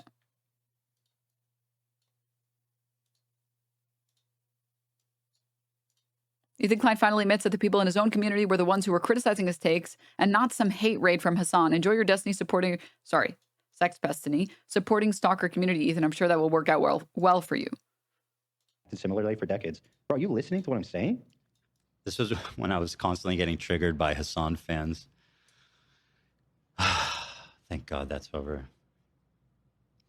Like, are people even listening to the words I'm saying? Over? No, I mean, like, they were like, that's over? They were infiltrated our community. And I was I was like at battle with my own. They were our community. I mean, well, they're gone. When did you say this was? This was like October. This is like 2 days after October 7. Yeah. October 9. Yeah, I mean, you know. They were, and they're gone now. Thank God. Thank God. Says they infiltrated our community. Dan says, no, they were our community. And then he says, no, you're right. They were our community. And they're gone now.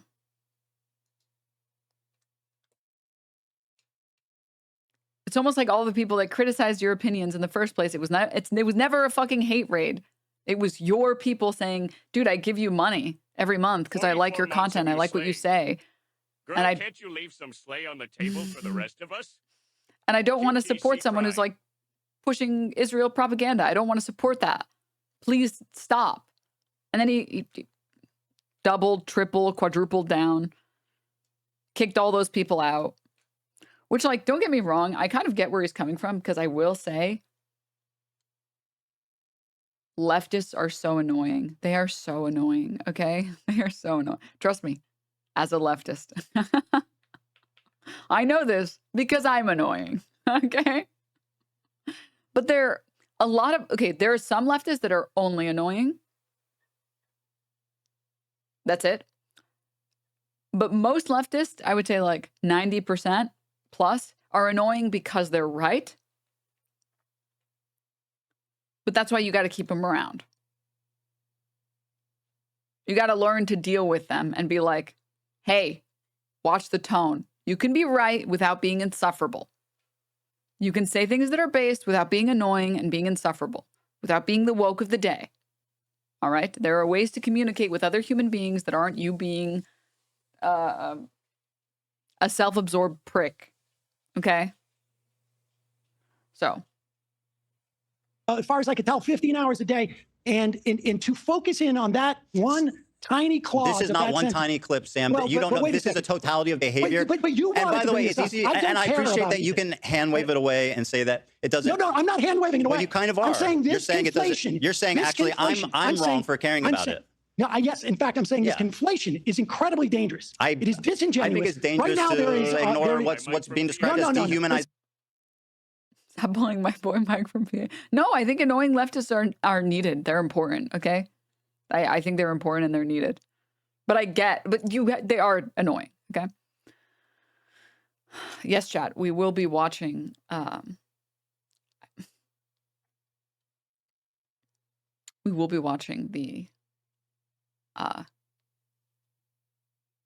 Ethan Klein Hassan debate if it happens. We will be. Kaguri, thank you so much for the 44 months, by the way. Hannibal, thank you for the 14. Smarter Child, thank you for the prime. Vola, Ali Moon, Nacho Dog, Yova, Slimy, Corex, thank you guys for the subbies. Violent language for American Jews that have nothing to do with the word. That is a complete mischaracterization of that. It's not. He's not fit to be a dog walker. He never says the word Jews. He says a neo. Listen, how many members of Kufi have positive Once again, bad time to be an Ethan. No. Let me say, how many millions of members of Kufi, the Christian organization, have positive feelings for Jews? It is clearly not a function of their Judaism. It is not a function of their Judaism. And so it describes most Jews. No. Yes, it does, Sam. It describes most Christian evangelicals, too. It may do them, too, but it also describes 73% of Jews. That is not anti-Semitism. I don't know. What do you call it when somebody's discriminating against the vast majority of a racial or religious group, Sam? I'm sorry. You want to look at evangelical Jews? I don't care about evangelical people. Okay, but I'm talking about the way you're constructing this. I think you can say the same thing about Christian evangelicals, too. It is not anti-Semitism. It is not. It just isn't. Like, taking one example and like, dude, this was such a bodying. This was like, this is like he brutalized him in the street for everyone to see.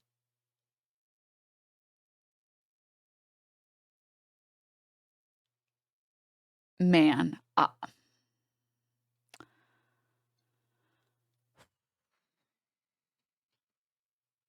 I love when Sam says evangelical Jew, that won't hurt you.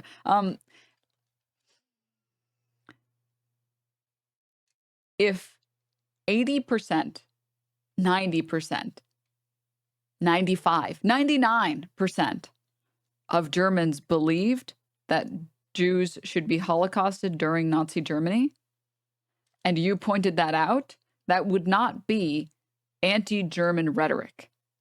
You are not attacking people for being inherently, for some innate quality. You are attacking a position that many of them benefit from holding. If you criticize Israelis for being pro-genocidal in their rhetoric, in their actions, in their behavior, you are not attacking them for being Jewish. You're attacking them for their pro-genocidal rhetoric. To conflate the two is unbelievably irresponsible. I don't even know.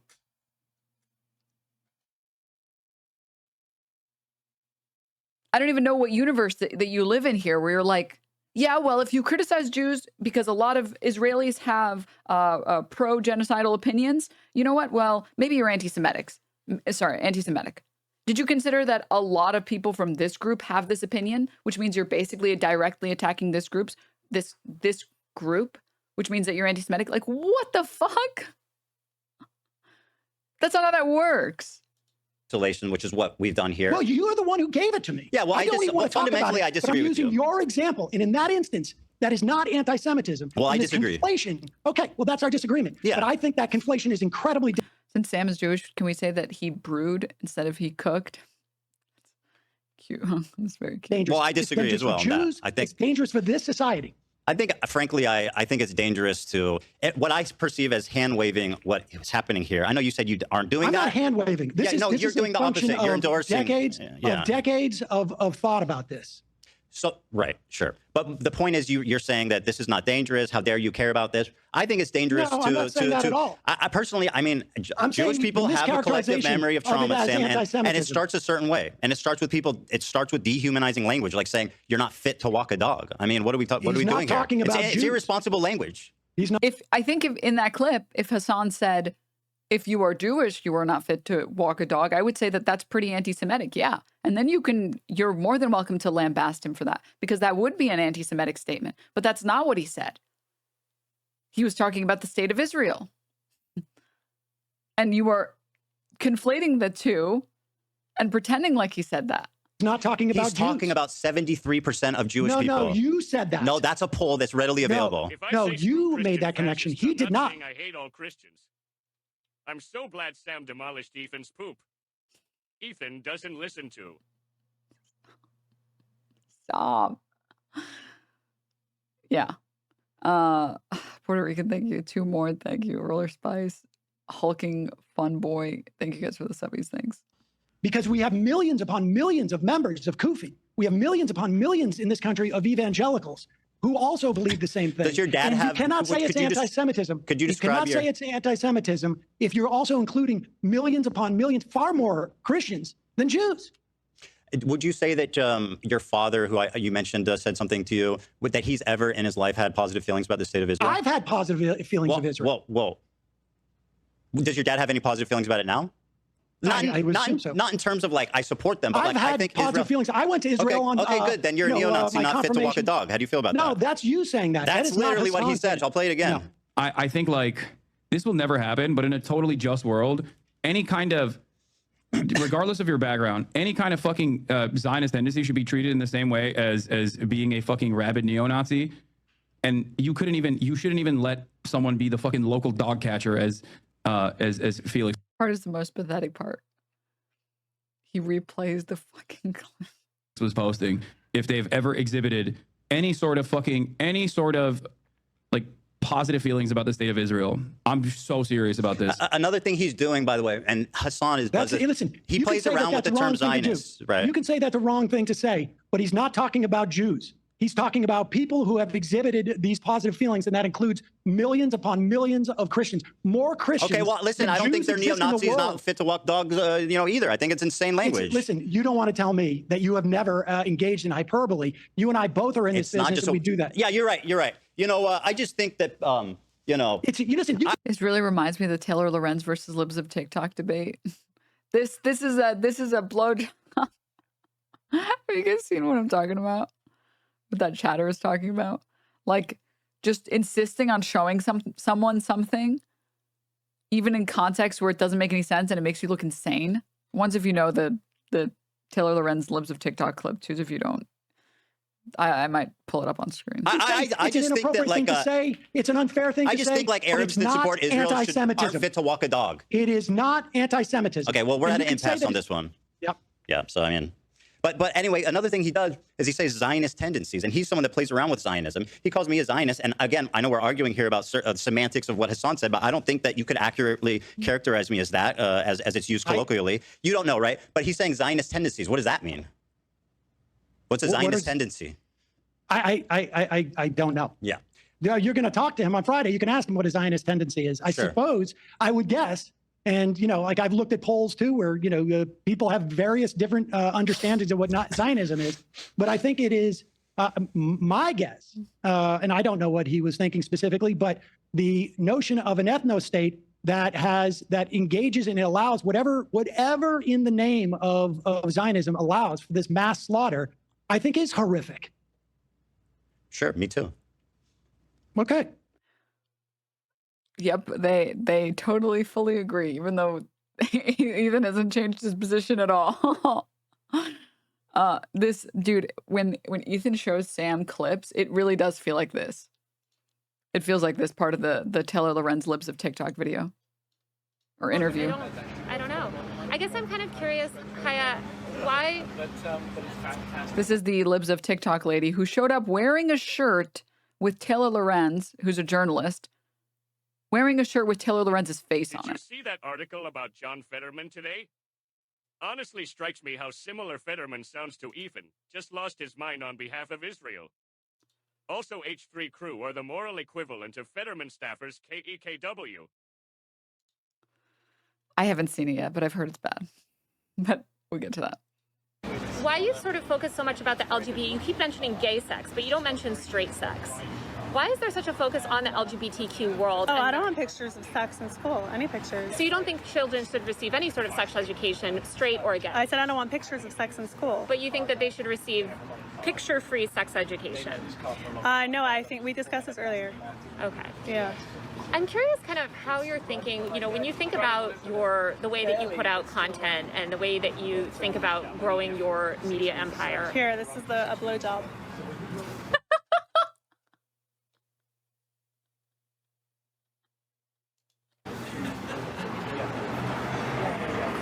What? I don't know what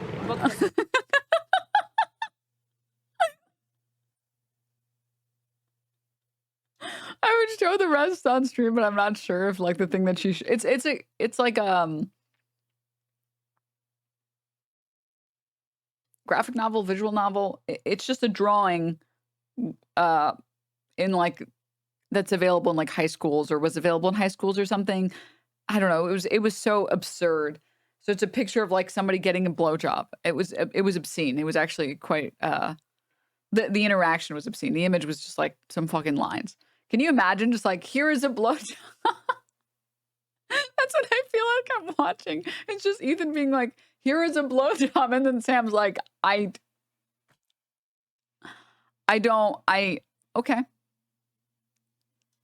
I mean, then I think we the three of us agree on that regard. Yeah, I think we're so another thing is like to take it even further. I mean, Hassan pretty much like openly supports Hamas. Let's not talk about Hassan. Let's talk about this. Sure. I mean, what do you want to ask well, me? I mean, if you want to ask me about, I mean, well, let me.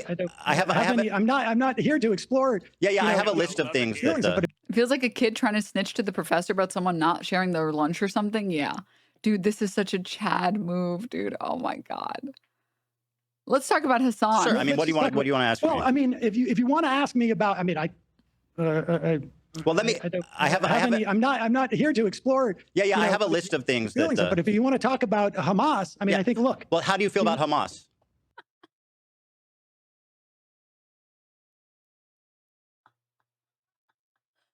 How do you feel about Hamas? Oh my.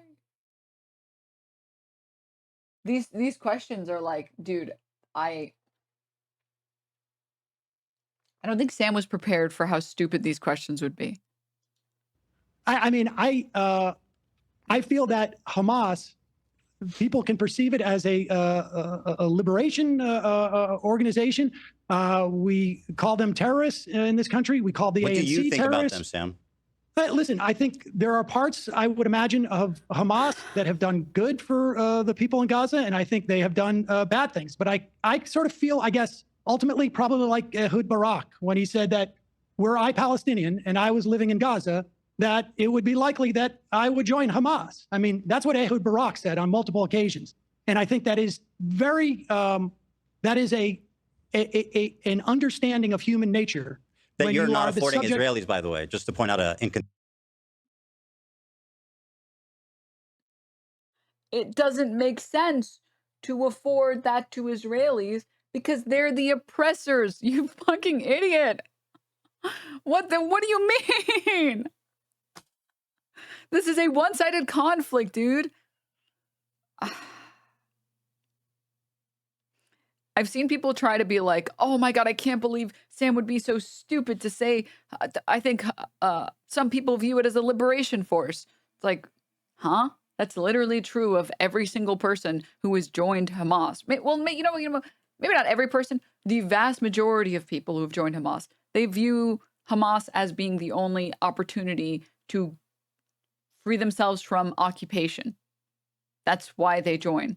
And like Sam Seder just said, if you had your cities bombed, your house bombed, your school bombed, your hospital bombed, had your family members killed, were maimed in some way, or knew people who were maimed, maybe you would also join what you viewed as the only armed resistance against Israel.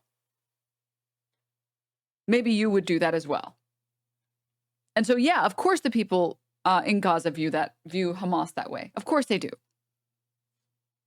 And then I've seen other people be like, oh, what a crazy misstep from Sam Seder to say that I think that they've done some good things for the people in Gaza. No, they haven't. They've killed people. Yeah, he also said they did bad things. But you know who would say that they feel like Hamas did good things?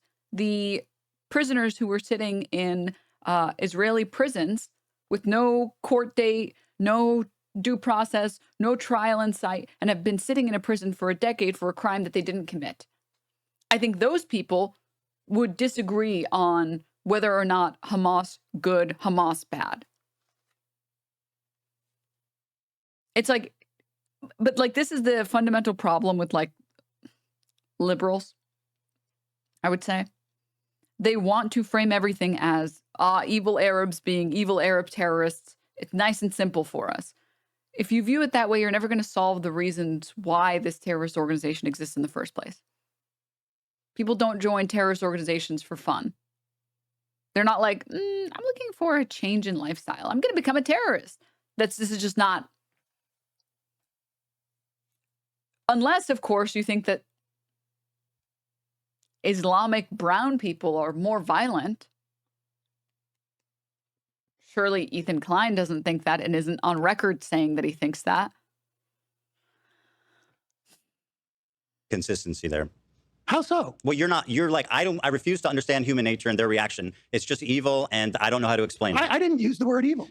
Right. I'm inferring because I asked you if you think they're evil. You didn't really answer that. Listen, I don't know what Gazans felt on October 8th, but toward Hamas.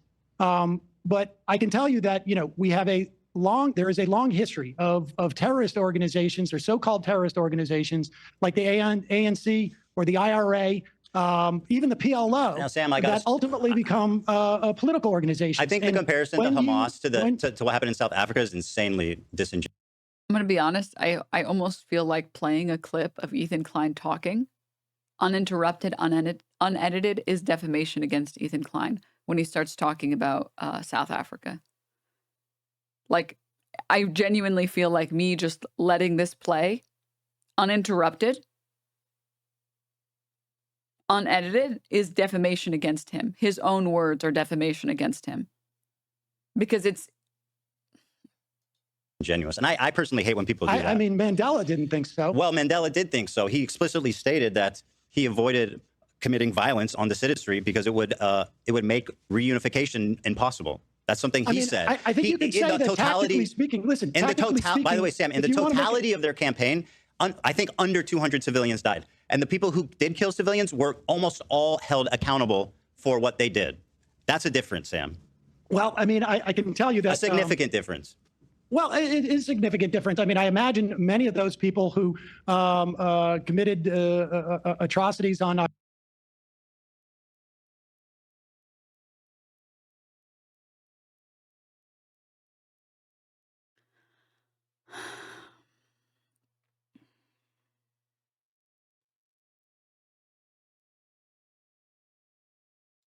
October 7th are dead now. And, you know, so what does that have to do with anything? Well, that's accountability. But I mean, being held accountable by the party that they're presumably doing the violence on behalf. Like, but you're saying the entire ANC was held accountable? No, it's saying Nelson Mandela's party, if someone killed a civilian, they would hold them accountable. They would charge them. They would disavow their actions. The ANC did? Yes. Well, the IRA was bombing places in England and throughout Ireland. I mean, we have even the Irgun or the Stern Gang when they killed, over 100 villagers in 1948. I mean, the history is full of examples of organizations that commit terrorist acts. Now, I will tell you, people look at South Africa. I do not condone the killing of civilians, which is why obviously I'm upset about what Israel is doing. Sure. The part that I don't like about people say, like, I feel like people sweep for Hamas by saying, like, what do you expect, right? But the truth is that people use South Africa as an example, but what South Africa shows is that you don't need to commit a violent war against civilians to liberate yourself. Well, I mean, listen, we had for a year, we had the Great March of Return. So it's the violent aspect that you don't like, the violent aspect against civilians that you don't like. So why are you against the blockading of Israeli ships? So why are you against Hezbollah striking IDF military bases? Oh, because those are also civilians in your world. In your world, everyone that is on your side is a civilian and everyone else isn't. Where, Sinwar himself was involved. He wants to adhere to like these principles that he himself doesn't adhere to, and he knows he doesn't adhere to them. There was Palestinians marching on a regular basis over the course of the year. I don't know how many it was, 50 or whatever, that were innocent people who went there, and snipers are shooting down unarmed civilians. And so, time and time again, and over the course of the 20 years that I've been professionally, covering this, my attitude towards Israel's willingness to have peace has changed, and my understanding of it has changed. And I can only imagine how more intense that feeling is to be living in a place that is, functionally like, the Warsaw. I'm South African. Thousands of people died in 91 and 92. Ethan is talking out of his ass. He's also talking about the Truth and Reconciliation Commission where people were given amnesty. It's the kidnap from a tank all over again.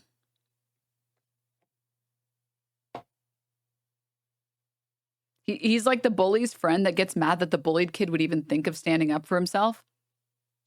A ghetto, insofar as like you don't have access to resources, you have 50% unemployment. The apartheid that is taking place in terms of the West Bank. I mean, I agree with those characterizations, by the way, Sam. Just to say. But I can't imagine that my response wouldn't be to pick up a weapon. Okay. I mean, I don't know. It's not really working out. Well, none of it's working out, is No, it? I not mean, because we have much the at all. Not greatest, really much what at is all. called the greatest attack. The craziest part is like, this is how you know Ethan has never researched anything that he has talked about and any positions that he holds even a little. Whereas obviously Sam has, where when Sam is in instances where he's had to debate people that he feels like he's known less, he concedes the point immediately, or he says, well, I don't know the thing that you're talking about. What I do know about is this and this and this and this, and these are examples of this, and these are examples of this, and these are examples of the point that I'm making. I'm not sure about this one very niche thing that you're discussing. So if I can finish my point, I want to make my point about these things. He doesn't fight on points that he hasn't researched because he knows what being researched feels like. And I mean, this is true. A helping hand or aid is a death sentence, i.e. world kitchen. This is true of like anyone who becomes a professional in any field, right? Once you have experienced knowing, you know what not knowing looks like better, right? And we can make this even like more granular or like less important topics, right? Like playing a game a lot. Your understanding of the game improves as you get better at the game, right? You play a lot of Marvel Rivals, you climb to like eternity or whatever. Your understanding is better than your understanding when you first started researching or first started playing or whatever. And when you start a new game, you're like, oh man, I don't know anything about this game because you've experienced what it feels like to get good at that game. Girl, what? I'm talking to the gamers. Okay, if you're not a gamer, that's fine. Or like if you've never cooked or baked something before and the first time you learn how to bake something very comfortably and you're like, wow, yeah, I killed it on these macarons. Whoa, so this is what it feels like to be able to make this thing. When you approach something new that looks difficult, you'll respect it more. You're like, no, I can try, but I don't know if I can pull that off. In the same sort of vein, I don't think Ethan has ever actually even like sat down and read even just a Wikipedia article in its entirety. I don't think he prepared for this at all. And because he hasn't experienced what it's like to know a lot about something, to be able to have counter arguments, like the fact that he didn't know what the proper retort was to evangelical Zionists, right? This is what makes conservative debaters good. They already know the talking points, they already know the arguments, and they come up with ways to obfuscate.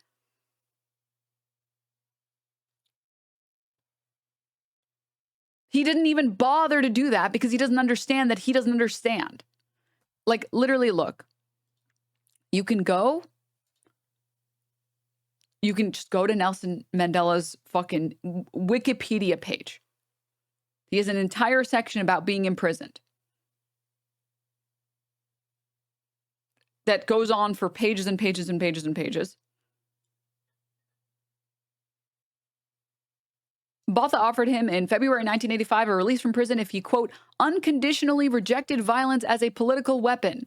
Mandela spurned the offer, releasing a statement through his daughter, stating, what freedom am I being offered while the organization of the people of the ANC remains banned? Only free men can negotiate. A prisoner cannot enter into contracts.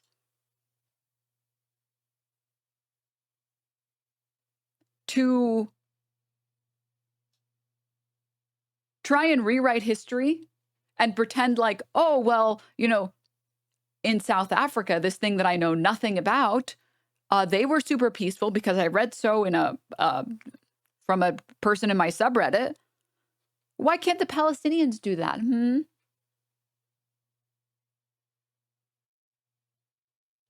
But again, because he's never become knowledgeable about a topic because he got internet fame for making Vape Nation videos and poop jokes, he doesn't understand that he doesn't understand enough to debate this. He doesn't understand that he doesn't know enough about South Africa to even mention South Africa.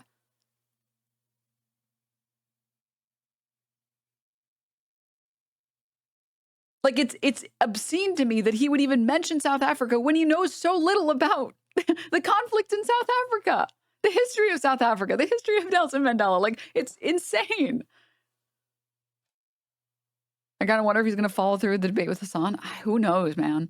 I'm also from South Africa. Ethan has no idea how similar the struggle and resistance are. Nelson Mandela was on the CIA's terrorist watch list. Mandela also proclaimed that it was mainly the enemies of the West.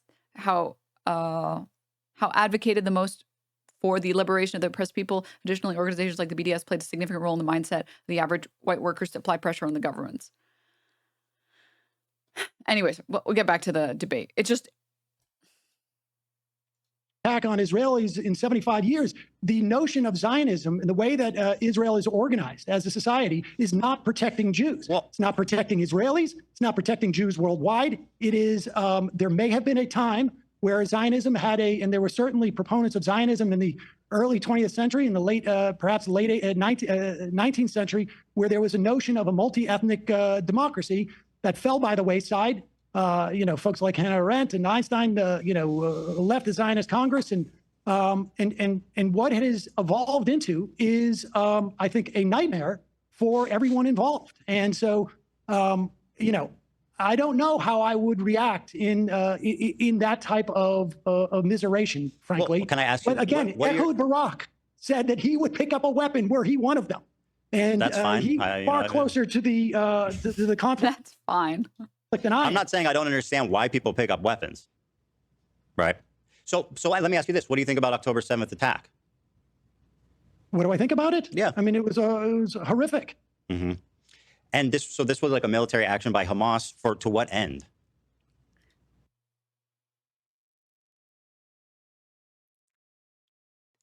Is he asking Sam?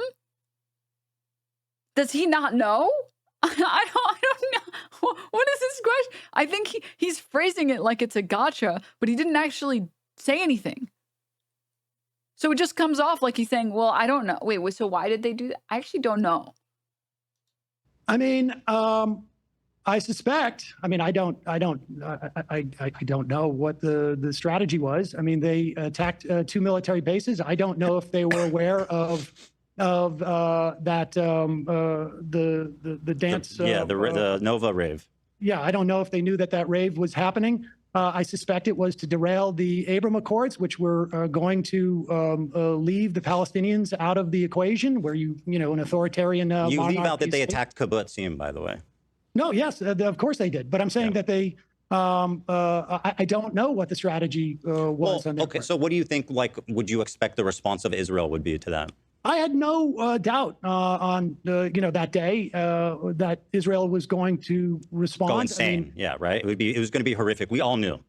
Yes, but I think I think the lack of proportionality was just beyond, frankly. And I was aware that this was going to be a horror show, but I don't think I had the level of awareness of what they would do to go in and literally level it. Destroy, what is it, 90% of the structures in Palestine, bomb hospitals, that they would use. Well, Hamas did know that, because that's why they attacked.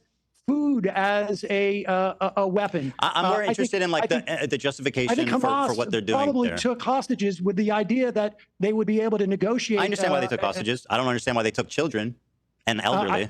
I believe that they.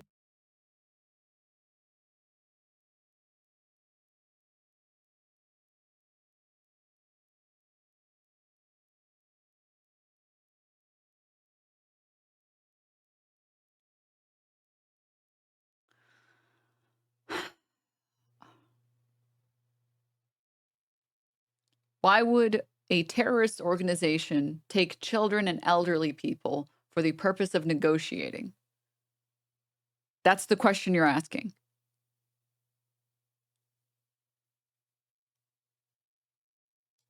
Probably, I mean, this is all conjecture on my part, that they would be able to trade them as a way to inhibit Israel's doing what they're doing. And I don't know if they could have even imagined that. I'm not going I'm not going to endorse Hamas's strategy here. Well, I'm just trying to flesh it out here, because this is what I'm getting to is Hamas. I think they knew that this was the reaction that would happen. I can't imagine that they assumed that this was there would. They absolutely did not assume that Israel would decide anyways to bomb the shit out of Gaza. They thought that the hostages that they had would be enough leverage that Israel would be forced into a ceasefire. 100%. They knew that there would be a price to pay in terms of like Palestinian lives. I don't think that Hamas would have engaged in the behavior that they did the way that they did had they known that Israel was going to just level Gaza and not care and bomb the areas where the hostages are. Why would you take hostages if you know that the other party is going to bomb you anyways and not give a fuck? There's no point in taking hostages at that point. There's literally no point in taking hostages if you think that the hostages won't serve a purpose. Would be this level of destruction. I mean, that's why they hate Israel. I don't think they underestimate how violent the IDF can be. You know what I mean? That's why they attacked. I certainly underestimated that they would go this far. Use I didn't think they go this far, but bomb hospitals and shoot EMTs and have rules of engagement like this. I mean, and I think Hamas is certainly up to criticism for their strategy here. If that's an understatement. Well, I mean, if that's well, I mean, they're a terrorist organization that intentionally antagonized like the IDF to come mass slaughter their civilians. I think that they overestimated whether Israel cared about the hostages, without a doubt. I mean, there's I don't know that there would be anybody who would make a case that this is what was their plan. Have Israel respond to this way. That's absurd. Well, and the same is true of, like, I guess Israelis feel the same way. Like, it was totally unprecedented. You know what happened. So maybe they didn't think that their mission would be as successful as it was. On the other hand, I have no doubt that they did not think that they would that they would have been able to overrun that. I mean, I think we were told that. I can't believe he's saying we expected it, so it's okay, and it's actually Hamas's fault for provoking them. I have to pee really badly, but I'm still listening. The technology of Israel's defense, et cetera, was perfect and something we should emulate in this country. I mean, Trump was all talking about that. So I have no doubt that Hamas overestimated the IDF. Yeah, I got you. What they would be able to, what kind of destruction they would wreak, and they underestimated the violence that Israel would perpetrate on Gaza. I don't know that anyone could have imagined that Israel would have engaged in this level of destruction and immiseration and bombing churches and bombing hospitals and blowing up universities and destroying the infrastructure. I mean, it's almost beyond belief. So one thing that when I was talking to Hassan, and I'm just going to talk about his point. This is about him personally. When I asked him, because this was obviously the $1 million question, right? By the way, there's not one public bomb shelter in Gaza? There's not one public bomb shelter in Gaza? Mm-mm. Okay. No. I just think that's interesting. This section is so crazy. Mayor Cat. I was sitting here, Mayor Cat.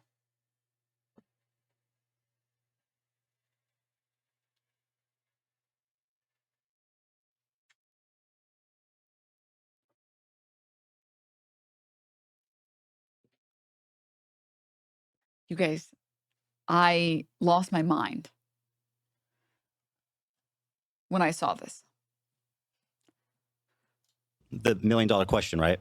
By the way, there's not one public bomb shelter in Gaza? There's not one public bomb shelter in Gaza? Mm-mm.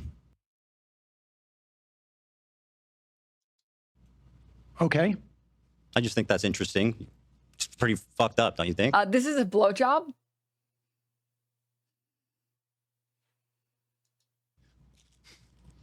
Do I think it's fucked up? Yeah. I'm not sure. I understand the point. Like, well, I mean, do you think anything would be standing anymore? Well, bomb shelters are underground. I mean, they would definitely be a lot safer. I've seen what happened to. I know what you're thinking. It can't get worse than him saying, "Do you know there? Isn't it? Isn't it? Sorry. This is gonna blow your mind. Isn't it crazy that there's no bomb shelters?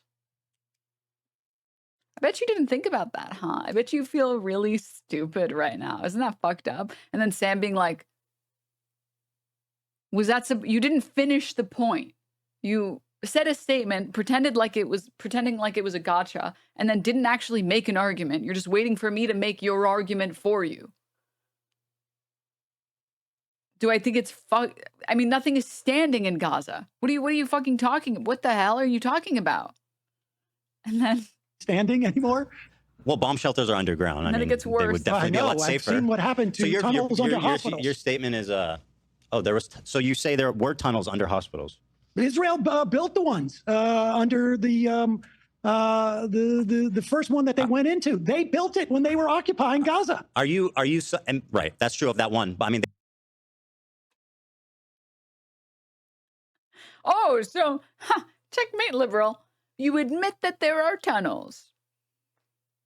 What's that? The one that you're talking about is the one under, oh man, was it El Shifa Hospital? I don't think it was El Shifa. I think it was the one prior to El Shifa. Oh, the one that we know Israel had built those. It's in their like schematics. It's in like the original architecture plans that Israel built those specific. Okay, that's true of that one. But I bet you didn't expect this gotcha. They have a vast tunnel network, obviously, as everybody knows. As but I don't care. everybody I don't knows. want to get into the weeds on this. I don't want to get into the million dollar weeds. question is like, what's There's a vast tunnel system, but I don't want to get into it. And everybody knows. Oh my God. like, what can we do? Now, it's obviously insanely difficult as to say. Americans, I think we can stop aid immediately. I mean, obviously, it's not going to happen under I'm in Trump. favor of that, by the way. Okay, I mean, good. I mean, I think we should call for all aid to be ceased, and I think we should stop protecting them in the What UN. should have Israel done on October 8th, I guess? Like, what would have been an... This is what I mean when I say it is crazy that he's having this conversation as someone who doesn't know anything about this conflict at all. Because, spoilers, for the people who somehow haven't already watched this, he asks Sam, well, oh yeah, well then if Hamas and whatever the fuck you're talking about, then what should have Hamas done?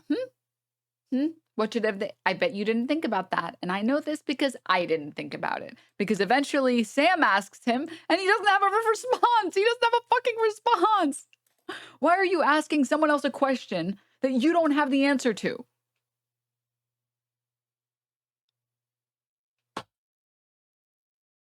an appropriate response for their government? I mean, without saying not this. What should they have done on October 8th? I mean, I think that there is they're hitting strategic sites to attempt to take out leadership. They should have, but let's not, like. Well, the leadership was underground. Yeah, to look at that, that moment in history, like maybe it was. I disagree.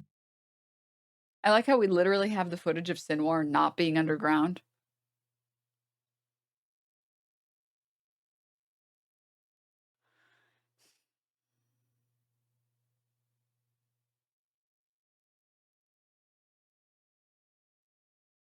The answer is pretty simple. I mean, it's close to what Sam was talking about. You don't level blocks. You don't level city blocks because there's a school shooter in a school.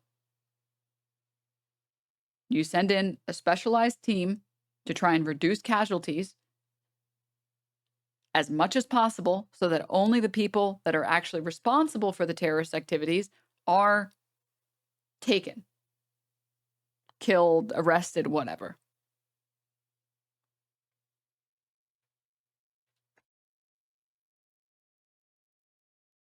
Can you imagine if at the Trump rally, the assassination attempt Trump rally, can you imagine if we just like bombed that block? We're like, oh my God, there's a terrorist on the loose. There's a domestic terrorist. Quick, bomb the city.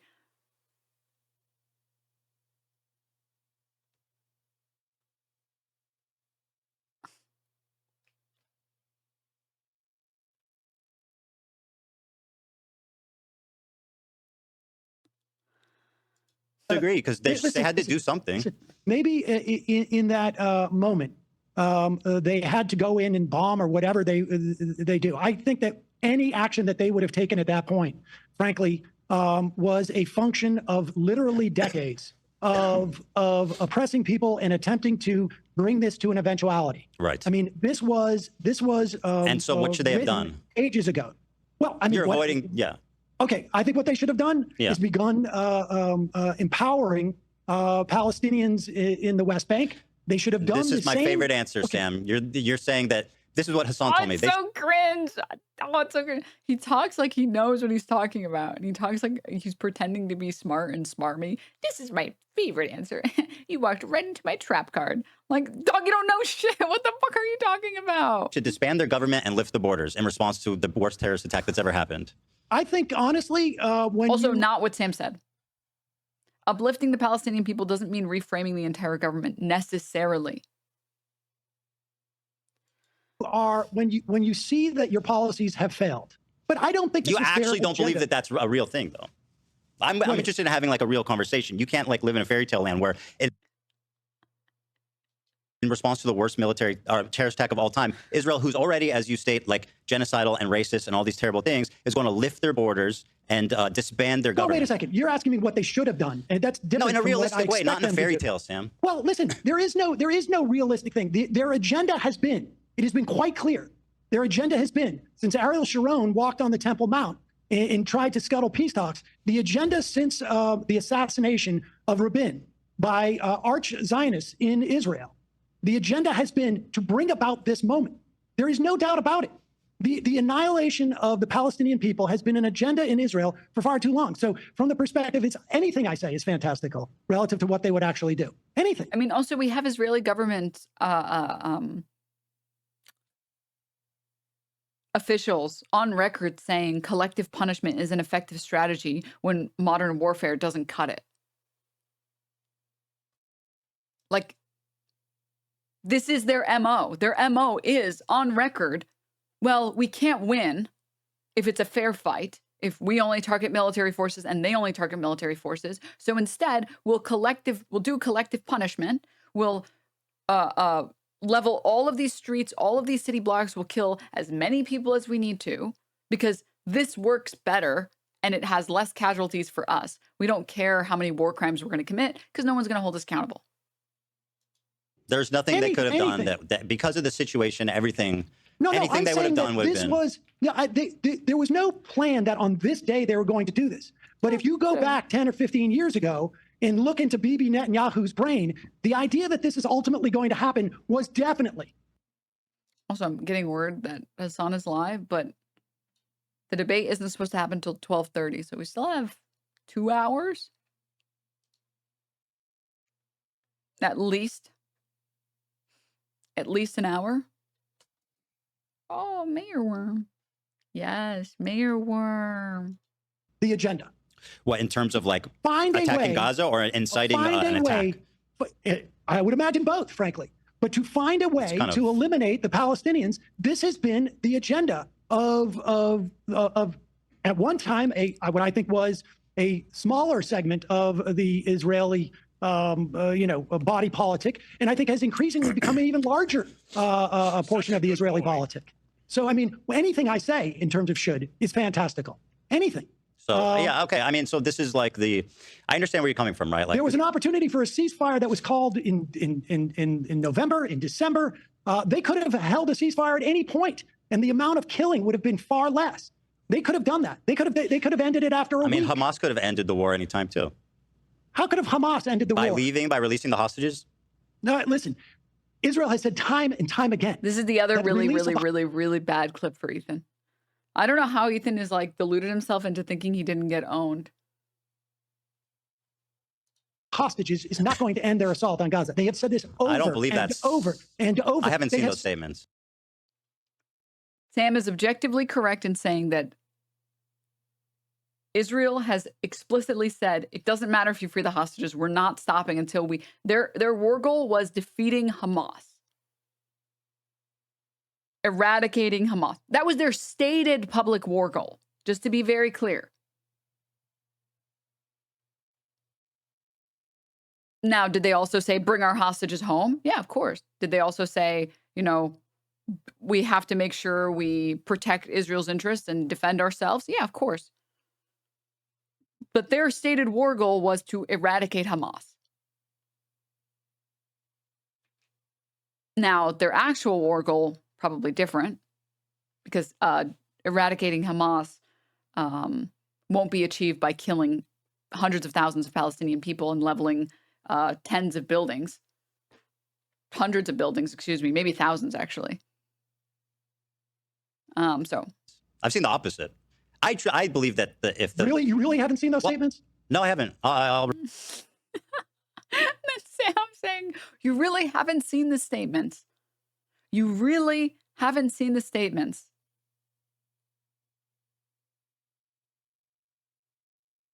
Of Israel saying they would not stop the war even if the hostages were released. You haven't seen that. opposite. I believe that Really? You really haven't seen those statements? No, I haven't. I'll review them. I mean, it depends when it depends when they were made too, right? Like, what's it in response to? At any time. At any time they could have done that. Well, what has Hamas done to end the war? Hamas offered What have the they done to end the war? hostages I'll review the footage.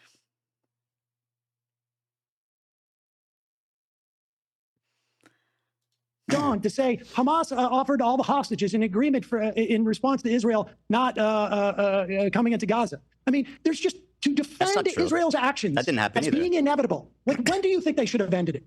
When do you think they should have ended it? So who have ended what? You've asked me the question. Somewhat of an Ethan fan here, and man, this part was disappointing. This is what I'm saying, though. He doesn't know what he's talking about. He has vibe-based politics on Israel. I'm sorry, when you get famous on the internet for making funny videos and for doing poop jokes and vape niche and whatever the fuck else, which I think is great work. I don't know if it holds up, but you know. You are not prepared to actually engage in discussion about knowing things. And because he's never sat down seemingly to learn and know things, like this is I would never debate Sam Seder without spending like at least probably like 40 hours researching and prepping for that debate. Like I would need to know that, I mean, I think Sam Seder is just very knowledgeable and he's capable of cutting through a lot of the bullshit in a conversation, and he doesn't concede ground to stupid things. Like one such example, when Ethan brings up the vast interconnected tunnel network that Hamas has, he doesn't engage with it at all. He knows it's not worth the time and energy. He knows it's not even worth endorsing for a second, trying to engage with, because it goes nowhere. It's a conversation that goes nowhere, and it's a meaningless conversation.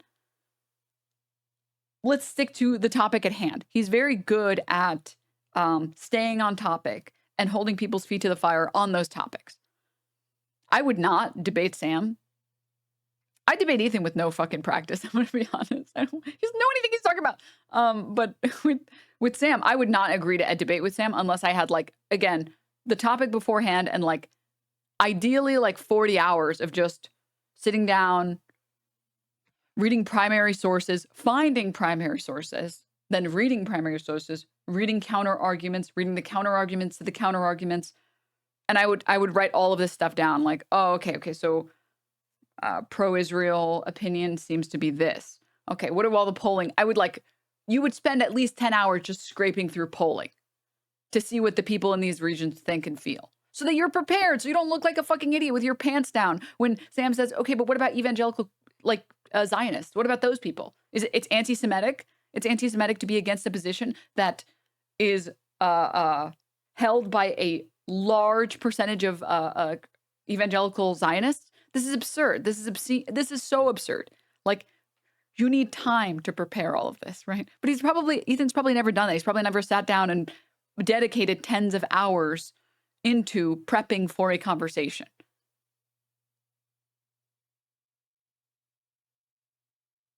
He just goes based on vibes and he expects other people to make the arguments for him.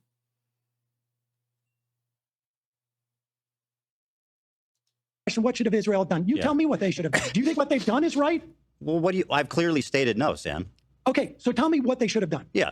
So, I mean, obviously, this is Ethan saying what they should have done. Okay. Recall, minutes earlier, Ethan was asking Sam, oh yeah, well, other than saying not this, what was Israel supposed to do after October 7th? And when asked the same question, prepare yourselves for this response. Every point Ethan makes with a clip of Hassan is predicated on the idea that you take what Hassan says before the clip ends in a vacuum without seeing the rest of the context. Yep. Mm-hmm. Okay, so tell me what they should have done. Yeah. So I mean, obviously, hindsight is a beautiful thing, but in my opinion, like you said, I think some more specific strikes. I think more moving slowly, because as you kind of pointed out, but didn't really acknowledge, When is do you that think they should have ended? Do you want me to answer? Yeah. Yeah. So the leadership is obviously underground. So it's going to be a long mission of trying to get them. It's going to be a difficult mission. But I think militarily, they probably have some obligation to their citizenry, at the very least, to like take out but we're ignoring the fact that missiles are being shot into Israel nonstop. And I know you're going to say, Iron Dome. He hasn't said anything of value so far. He said we need to target Hamas slowly. And remember, Israel has to deal with missiles. I know they have the Iron Dome, but they have to deal with missiles. Okay, so just remember that. Anyway, so they got to move slowly. Dome stops most of them, which is true. But at the same time, I mean, a country needs to respond to that. They can't just allow missiles to be shot in. Tell me the non-fantastical version of what he said. Absolutely fuck all. Just so you guys notice. Just so you guys see. He didn't even. Oh my God. He didn't even copy Sam's homework and change it up a little. He didn't even make a point. He just said, well, they should have moved slowly. That's what Israel should have done instead. And obviously, all of the Hamas is underground. So, and remember, Israel is just a little bean, and they have to deal with things, even though they have the Iron Dome and protection from the U.S. government and military aid. And anyways, what were we talking about? How bad life is for Israel. Oh, no, wait, no, sorry. I got lost. No, we're talking about what Israel should have done. Yeah, I think I said everything I need to say. What they should have done? Should have been 2 weeks, 3 weeks? How many Hamas leaders, how many members of Hamas should they have killed before they leave? Because we know that Blinken said on his way out that virtually every Hamas member of Hamas that they've killed has probably been replaced by someone who's lost a family member or an entire family or whatnot. So you tell me, Ethan. I mean, that one Twitter post that was like, I don't know about you guys, but if my entire family was killed by Israel and my school was destroyed by Israel and my hospitals were destroyed by Israel and my home was destroyed by Israel, and Hamas was eradicated, I would simply join Hamas too. And then you have Blinken on fucking record saying, yeah, for every person we're killing that's a Hamas member, we probably made like 10 more because of the way that we killed them.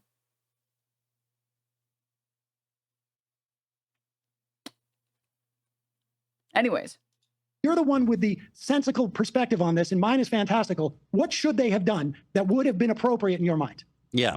So besides like special operations and stuff, I think it would have been a good idea to, I think there's a space where they could like try to find peace partners in Gaza before just destroying the whole thing. Like, obviously they approached it completely wrong, right? But there are ways, I think, that could have happened that are realistic, like trying to forge some kind of peace partner, some kind of alliance, some kind of international coalition. Israel should have forged some type of peace alliance. They some were peace partners. They were marching in the Great March of Return week after week after week. Sam, was there Hamas activity at the Great March? Sinwar was marching. He doesn't even know. He's asking Sam. Professor, this point that you're making, can you explain it for me? Because I don't know what point you're making. Because I don't know anything about. Oh my God! Just.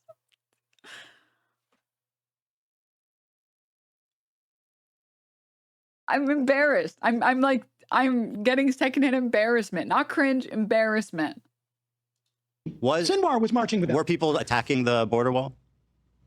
During the Great March of Return, the first dozens of these things before the snipers? No, they weren't. So there were the people for peace. There was Hamas activity. They were attacking the fence. They were like trying to cross the border. They were but not militants. Militants were trying to cross the border. You're telling me that in the first dozen of these marches, there were people attacking the fence? Correct. Okay. Dude, Sam needed to hit him with the what month is this? Ethan, what month is this? Yeah. April. Okay. So we can agree on some things. But I mean, again, I think that there's a way for Israel to try. I think they can obviously pursue peace. The way that they're doing it is impossible, right? Like, it's fucked up. It's insane. It's genocidal. It's horrific. The okay followed by nothing but silence is just brutal. That's like the adult in the room is embarrassed for you. And they're ashamed of you, and they're not mad. They're just disappointed. Horrific. They're not pursuing peace. I'm not saying. They're not I'm saying the pursuing peace. opposite, I don't Sam. think Israel is Well, you pursuing asked me peace. what should they have done. I mean, obviously, Yes. they're Just so you guys remember, so far, to the question, he's had like 5 minutes to answer this. To the question, what should Israel have done in response to October 7th? He said, form some type of peace partners, some type of alliance, and move slowly. they're not pursuing peace. I agree with you. Like, quite the opposite. That's not what they're doing. But I'm saying there could have been a path, although it's not. It's. I think, unfortunately, I think their response was inevitable based on everything that happened. You think? And there we have it. The response was inevitable. And there we have it. He was like, wait, I didn't prepare the lies for this topic. Hila, what am I supposed to say? What am I supposed to say about this? And then he gives up and says, no, it's fine. What they did was correct. Because they had to respond. I think it was inevitable that they would kill these many people and they would use food supplies as a weapon, that they would have leveled hospitals and universities and 80-90% of the homes. I mean, how I don't know to what extent, but like a huge response was definitely inevitable. I'm not justifying it, Sam. You asked me a question. I'm answering it. You're putting this on me. No, Like he asked you, what do you think Israel should have done? When you say it was inevitable, you are absolutely justifying it. No, I'm just saying inevitability. I wonder what you must think of an Israeli body politic where this level of atrocity is inevitable. Well, you described your and Hamas's understanding of What that. he says with that, is so different. Not the handler comments, dude. Oh my God. IDF. I wouldn't say that. I can't say to what extent, but you agree that a huge response was inevitable. I listen, I believe a response that was inevitable by Israel, and that is because I have a much more theoretically jaded view of that country and their agenda, I think, than you. But to expect that what they've done is inevitable. Sam, I just wonder, like, what it is that you think is in that body politic. Like, listen, like, I don't think it's inevitable, just to use an example in this country. I don't think that it's inevitable that we are going to be deporting and disappearing, immigrants in this country. I think it's possible, but my perspective on America is still too optimistic to think that's inevitable. I can't even imagine what I would think would be inevitable. And I think, listen, our invasion of Iraq and the complete lack of caring and the only thing that would even mitigate that is that, there were no images coming out of Iraq, or very few. And certainly I was exposing them more than the American population writ large. But to perceive what we did in Iraq as inevitable, it's a different situation. That's completely, I mean, that was completely unpredictable. That's different. That's different. So you can't compare these two situations, and you can't draw any comparisons ever, because it was they're different countries. So obviously it's different. But we kind of touched on it. And again, to what end this even matters is it doesn't ultimately. But Hamas knew that they were going to bomb the fuck out of Gaza. Listen, I would imagine Hamas thought there was going to be a response, but they wouldn't have taken hostages if they thought that they couldn't use those hostages. Of course as a way they thought they could. I don't deny that. Yeah. Of deterring Israel from entering, and that was a miscalculation on their part. They presumed that Israel was more interested in those hostages, I think, than they had assumed. Is Ethan going to wear the funeral attire again today? He keeps wearing the suit because I think he's gotten tired of people making fun of him wearing like these ugly Pootie Tang baggy colorful t-shirts. So he wants to like garner respect from his audience and other people by wearing the suit. But unfortunately, the suit isn't going to hide your stupid, that you didn't fucking prepare. You didn't even fucking prepare for this. How do you why would you ask someone a question that you don't know the answer to?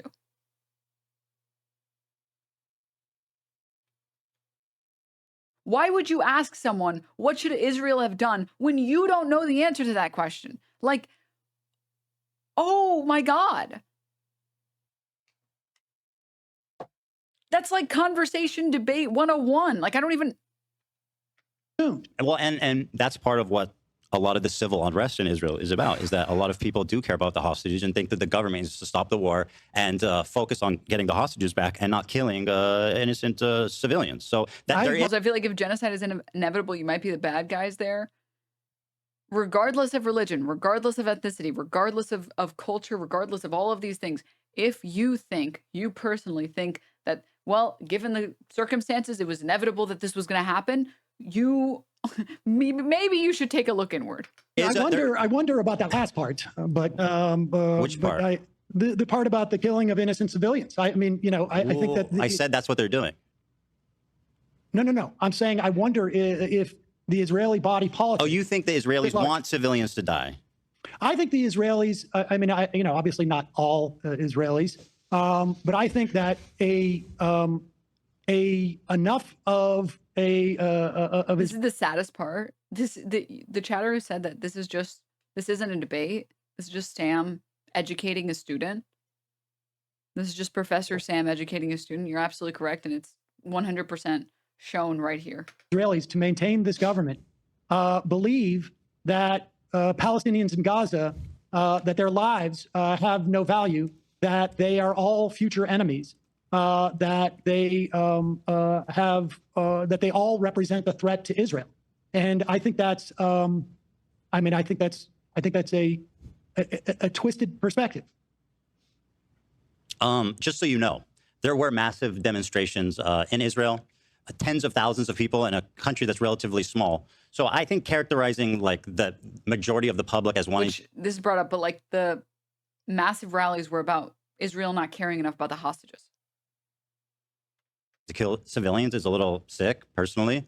But it's. I guess you can say whatever you want. I'm basing this on conversations with Israeli reporters that there does not seem to be in Israel a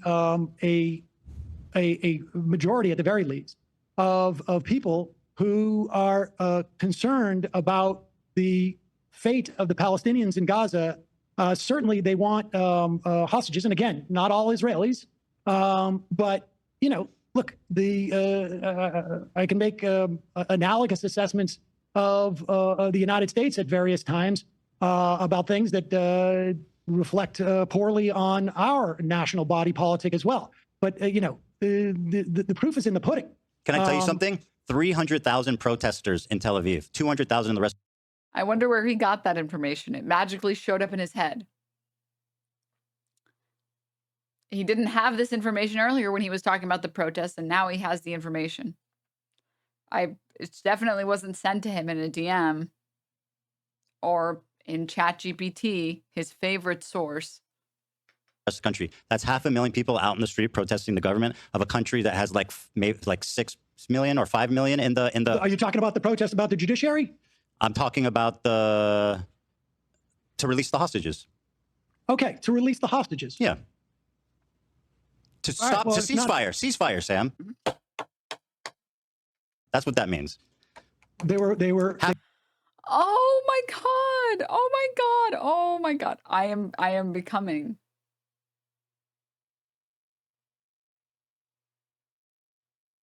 Becoming the clip that we watched earlier. Those are not the same thing. I don't know why Ethan is trying to talk down to Sam and define ceasefire for him and be like, oh, that's how it's defined. That's what that means, Sam. What are you, dumb? As he says, the dumbest thing anyone's ever heard in their fucking life. Jesus Christ. Releasing the hostages is not the same. I mean, he just told you this.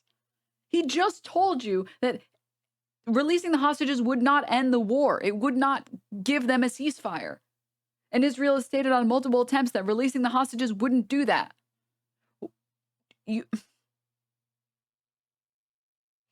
When you look at the polling of, which he brings this up as well, of how Israelis feel about the military action in Gaza, most Israelis support the military action in Gaza. overwhelmingly support it.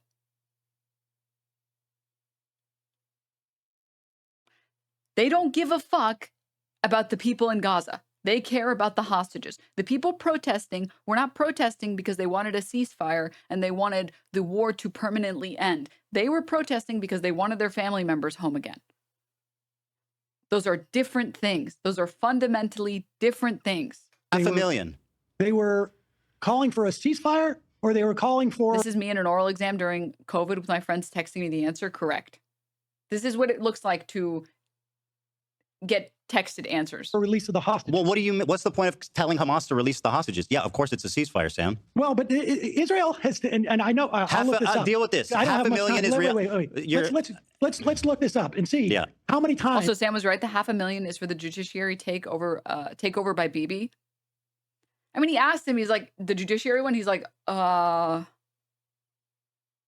I don't know. The person who sent me this just told me the number's 300,000 and I should say 300,000. I don't know. For the hostages, for the ceasefire. Like, how do you know the exact number or like the ballpark number and you don't know what it's for? The Israeli government has said return of the hostages will not end. Sam, I'm responding to you saying the majority of Israelis want civilians to die. 500,000 people came to the street for a ceasefire of a country of 5 million, Sam. That's 10%. Israel just broke the latest ceasefire. Okay, where is the political response from the Israeli people? I mean, the idea that Gazans can be held responsible for an election that happened 18 years ago. Sam, you said the majority of Israelis want civilians to die. I think the majority of Israelis do not have a problem with what's going on in Gaza. That is my. I think that. Also, yeah, these protests, him saying it's 10% of the population, is that not objectively a minority in the country? Unfortunately, might be true to the extent that they've gotten. Well, then we agree. They've gotten much more radical. Unfortunately, tragically, everybody's been a lot more radicalized since October 7th. That's ceasefire, not because he thought that the protests were for one, but because he was so confused in that moment and wanted a reprieve from Sam. He was like, ceasefire, Sam, please, ceasefire. Tragic. I agree. I think people in Israel are jaded and they're cynical and they don't care, like you said, and I think it's tragic. Yes, well, that's what my contention was. I mean, I'm looking at immediately, the beta male immediately folding to the alpha male who has actually done any research, just folding like a fucking lawn chair. Oh my God, goes in so hot about how no, that's not true. Israelis don't want to watch people suffer and die, ignoring all the TikToks and the viral video. No, that's not true. Oh, sorry.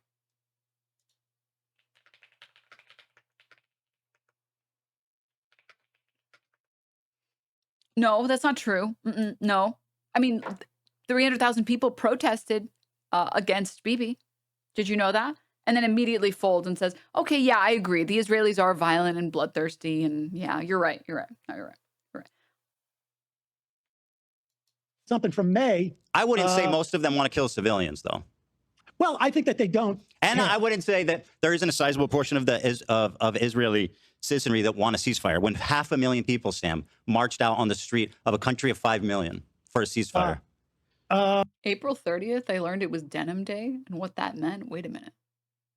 This Pew research, 39% say Israel's military response against Hamas in Gaza has been about right. 34% say not gone far enough. Sure. Now, granted, that was in May of this past year, so maybe that's changed. I would hope. But that's all the. Sorry, I got to go back. Against Hamas and Gaza has been about right. 34% say not gone far enough. Sure. Now, granted. Sure. Just so you guys can hear this it again. Pew research, 39% say Israel's military response against Hamas and Gaza has been about right. 39% say Israel's response against Gaza has been good. This is a poll from, I think, May last year. 34% say not gone. 34% say more violence and blood. Yes. More. So that is 73% saying this violence is good. We're doing a good job.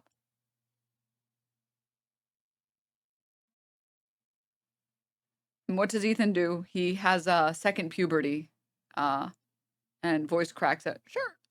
On far enough. Sure. Now, Yeah, no. now, granted,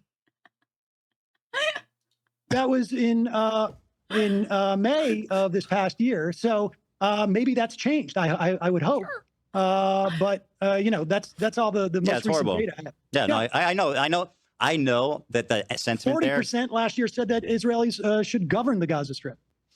I know that people. I don't know what's left now. Yeah, I agree. It's tragic what's happened, because I agree with you that they become jaded and they've become very comfortable with the idea of violence happening there in general, right? And I think it sucks. I think it sucks is an understatement. I think it's tragic, and like it just I don't know what truthfully Become.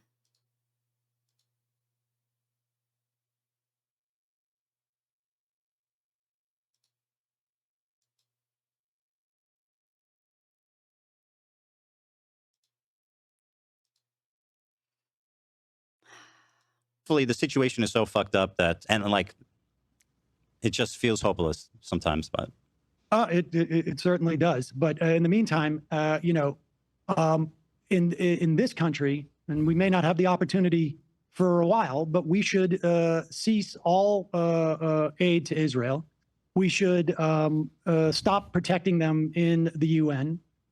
We should stop trying to pressure the ICJ and the ICC, and that's, you know. Well, incidentally, I agree with all those things too. I think that that's the most we can do as a country to try to stop the war, and it's something that we should be doing. You know, and I think Kamala Harris would have been a lot more likely to do something on that front. But you know, certain we won't know.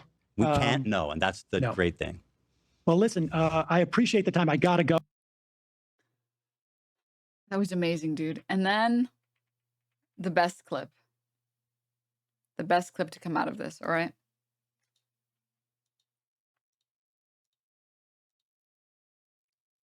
Well, there were a lot of good ones, so saying the best one is kind of hard, but let me find it.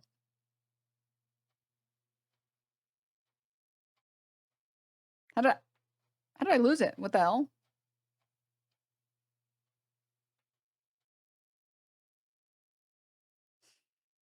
Not this one, but that was pretty funny too.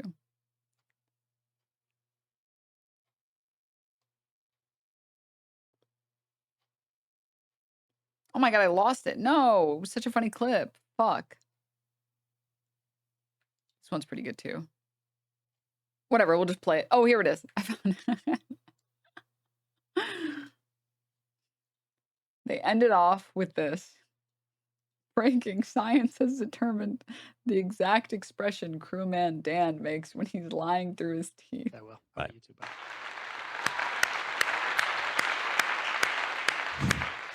That was way different than I thought it was going to be. Oh, but okay. I thought it was interesting. I enjoyed that as a watcher. Was I owned?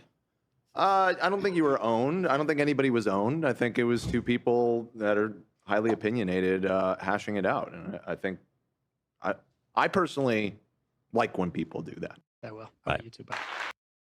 Yeah, you like when two highly opinionated people disagree. Is that right, Dan? Is that right? Because the track record on that doesn't look like that's right. It looks like that's cap. It looks like that's actually cap.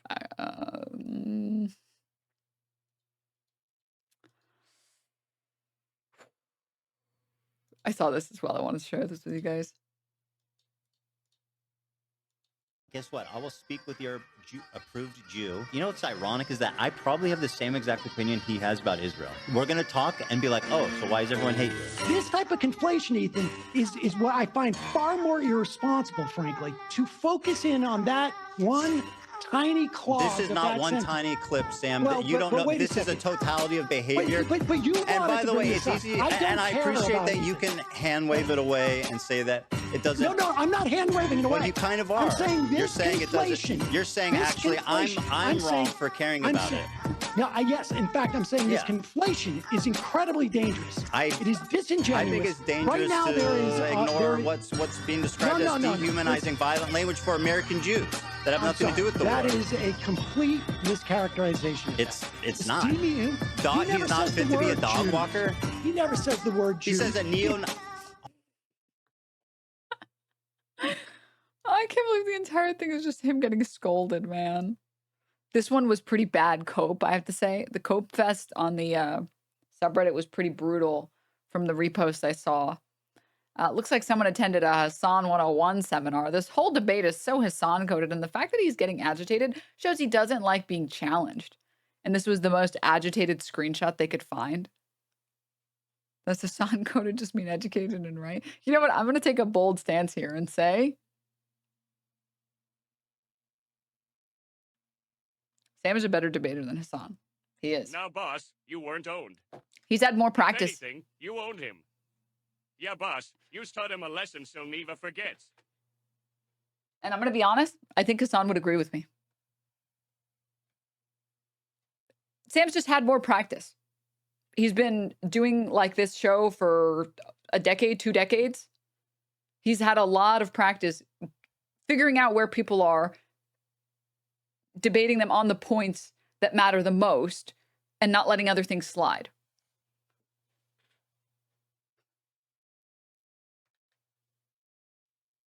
So to look at this and be like, this is a Hassan 101 seminar. No, this is everyone take some notes. Because this shit goes crazy. Oh, fuck, dude. Hassan has stated Sam is definitely a better debater than him. Okay, I was like, this is not a controversial opinion, right? I don't think it is.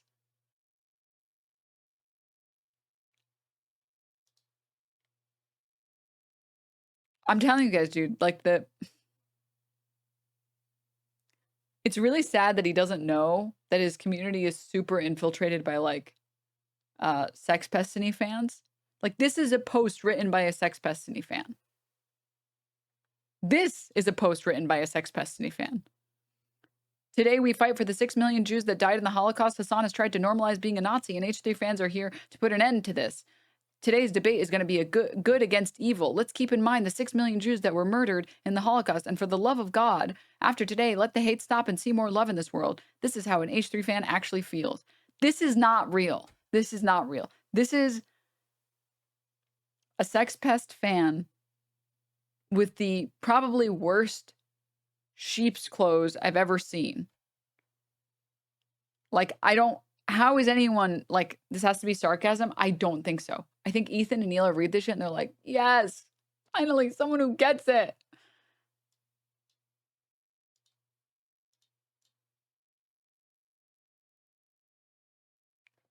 H3 Snark reopened for today? Wait, really?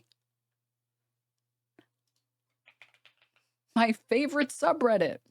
Ethan Klein's going to clip that and be like, she was totally serious and she was definitely not joking. Can you believe this? She literally leads them. She literally created it. She was born and then it was created. She did this. She doesn't know how to make jokes. Only I make jokes when I call Dan Clancy a p***.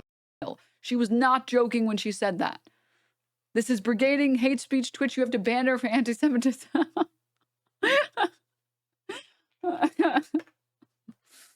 Oh, God. Anyways. Anywho. I wanted to show you guys this. You don't understand. There have been so many clips in the past 3 days that I didn't stream. I need to show you guys this shit, dude. Where is it?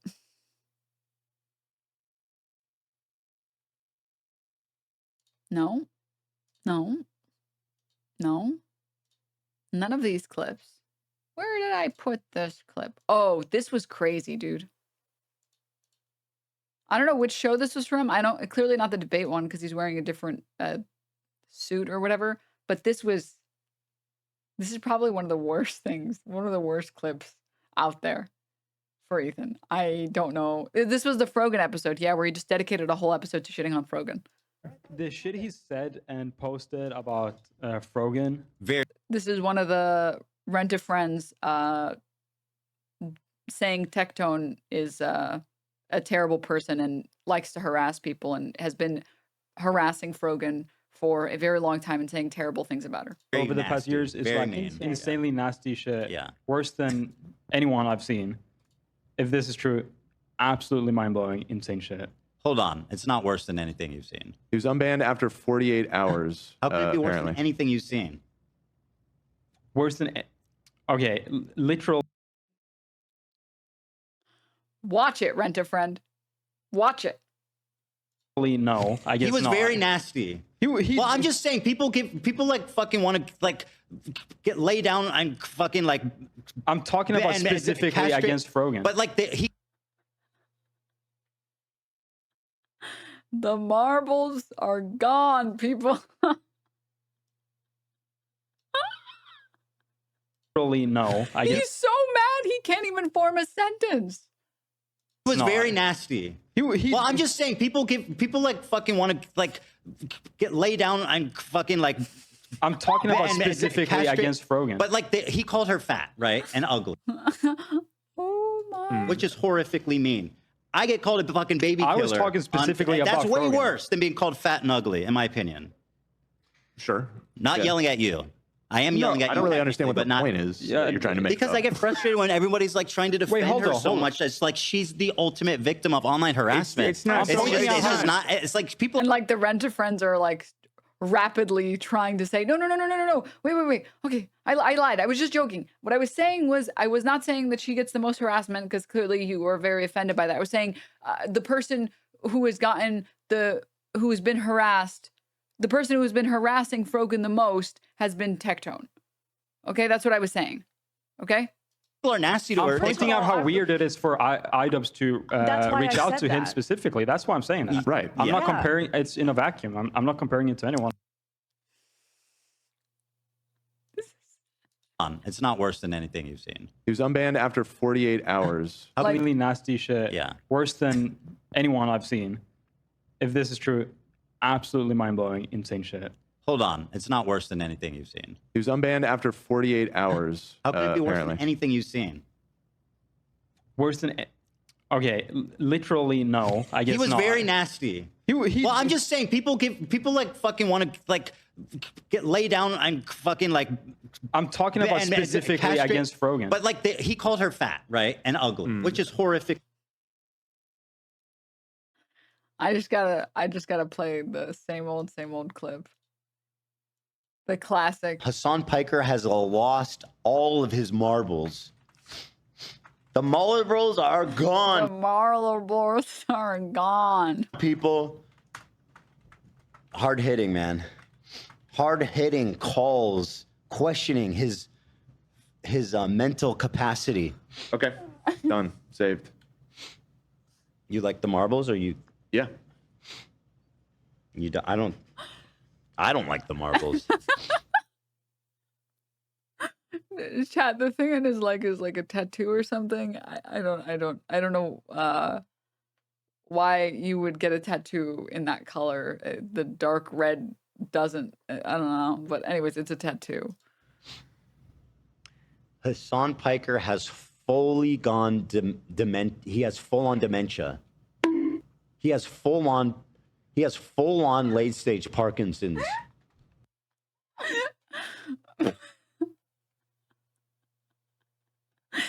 Oh my god, the marbles are gone, people. The marbles are gone. Hassan Piker has lost all of his marbles. The marbles are gone, people. Hard hitting, man. Hard hitting calls, questioning his mental capacity. Okay. Done. Saved. You like the marbles, or you? Yeah. You? I don't like the marbles. Hassan Piker has fully gone he has full on dementia. He has full on late stage Parkinson's. Okay, I'm done. I love this clip. I love this clip. The marbles are gone. He has full on he's full on Dementia.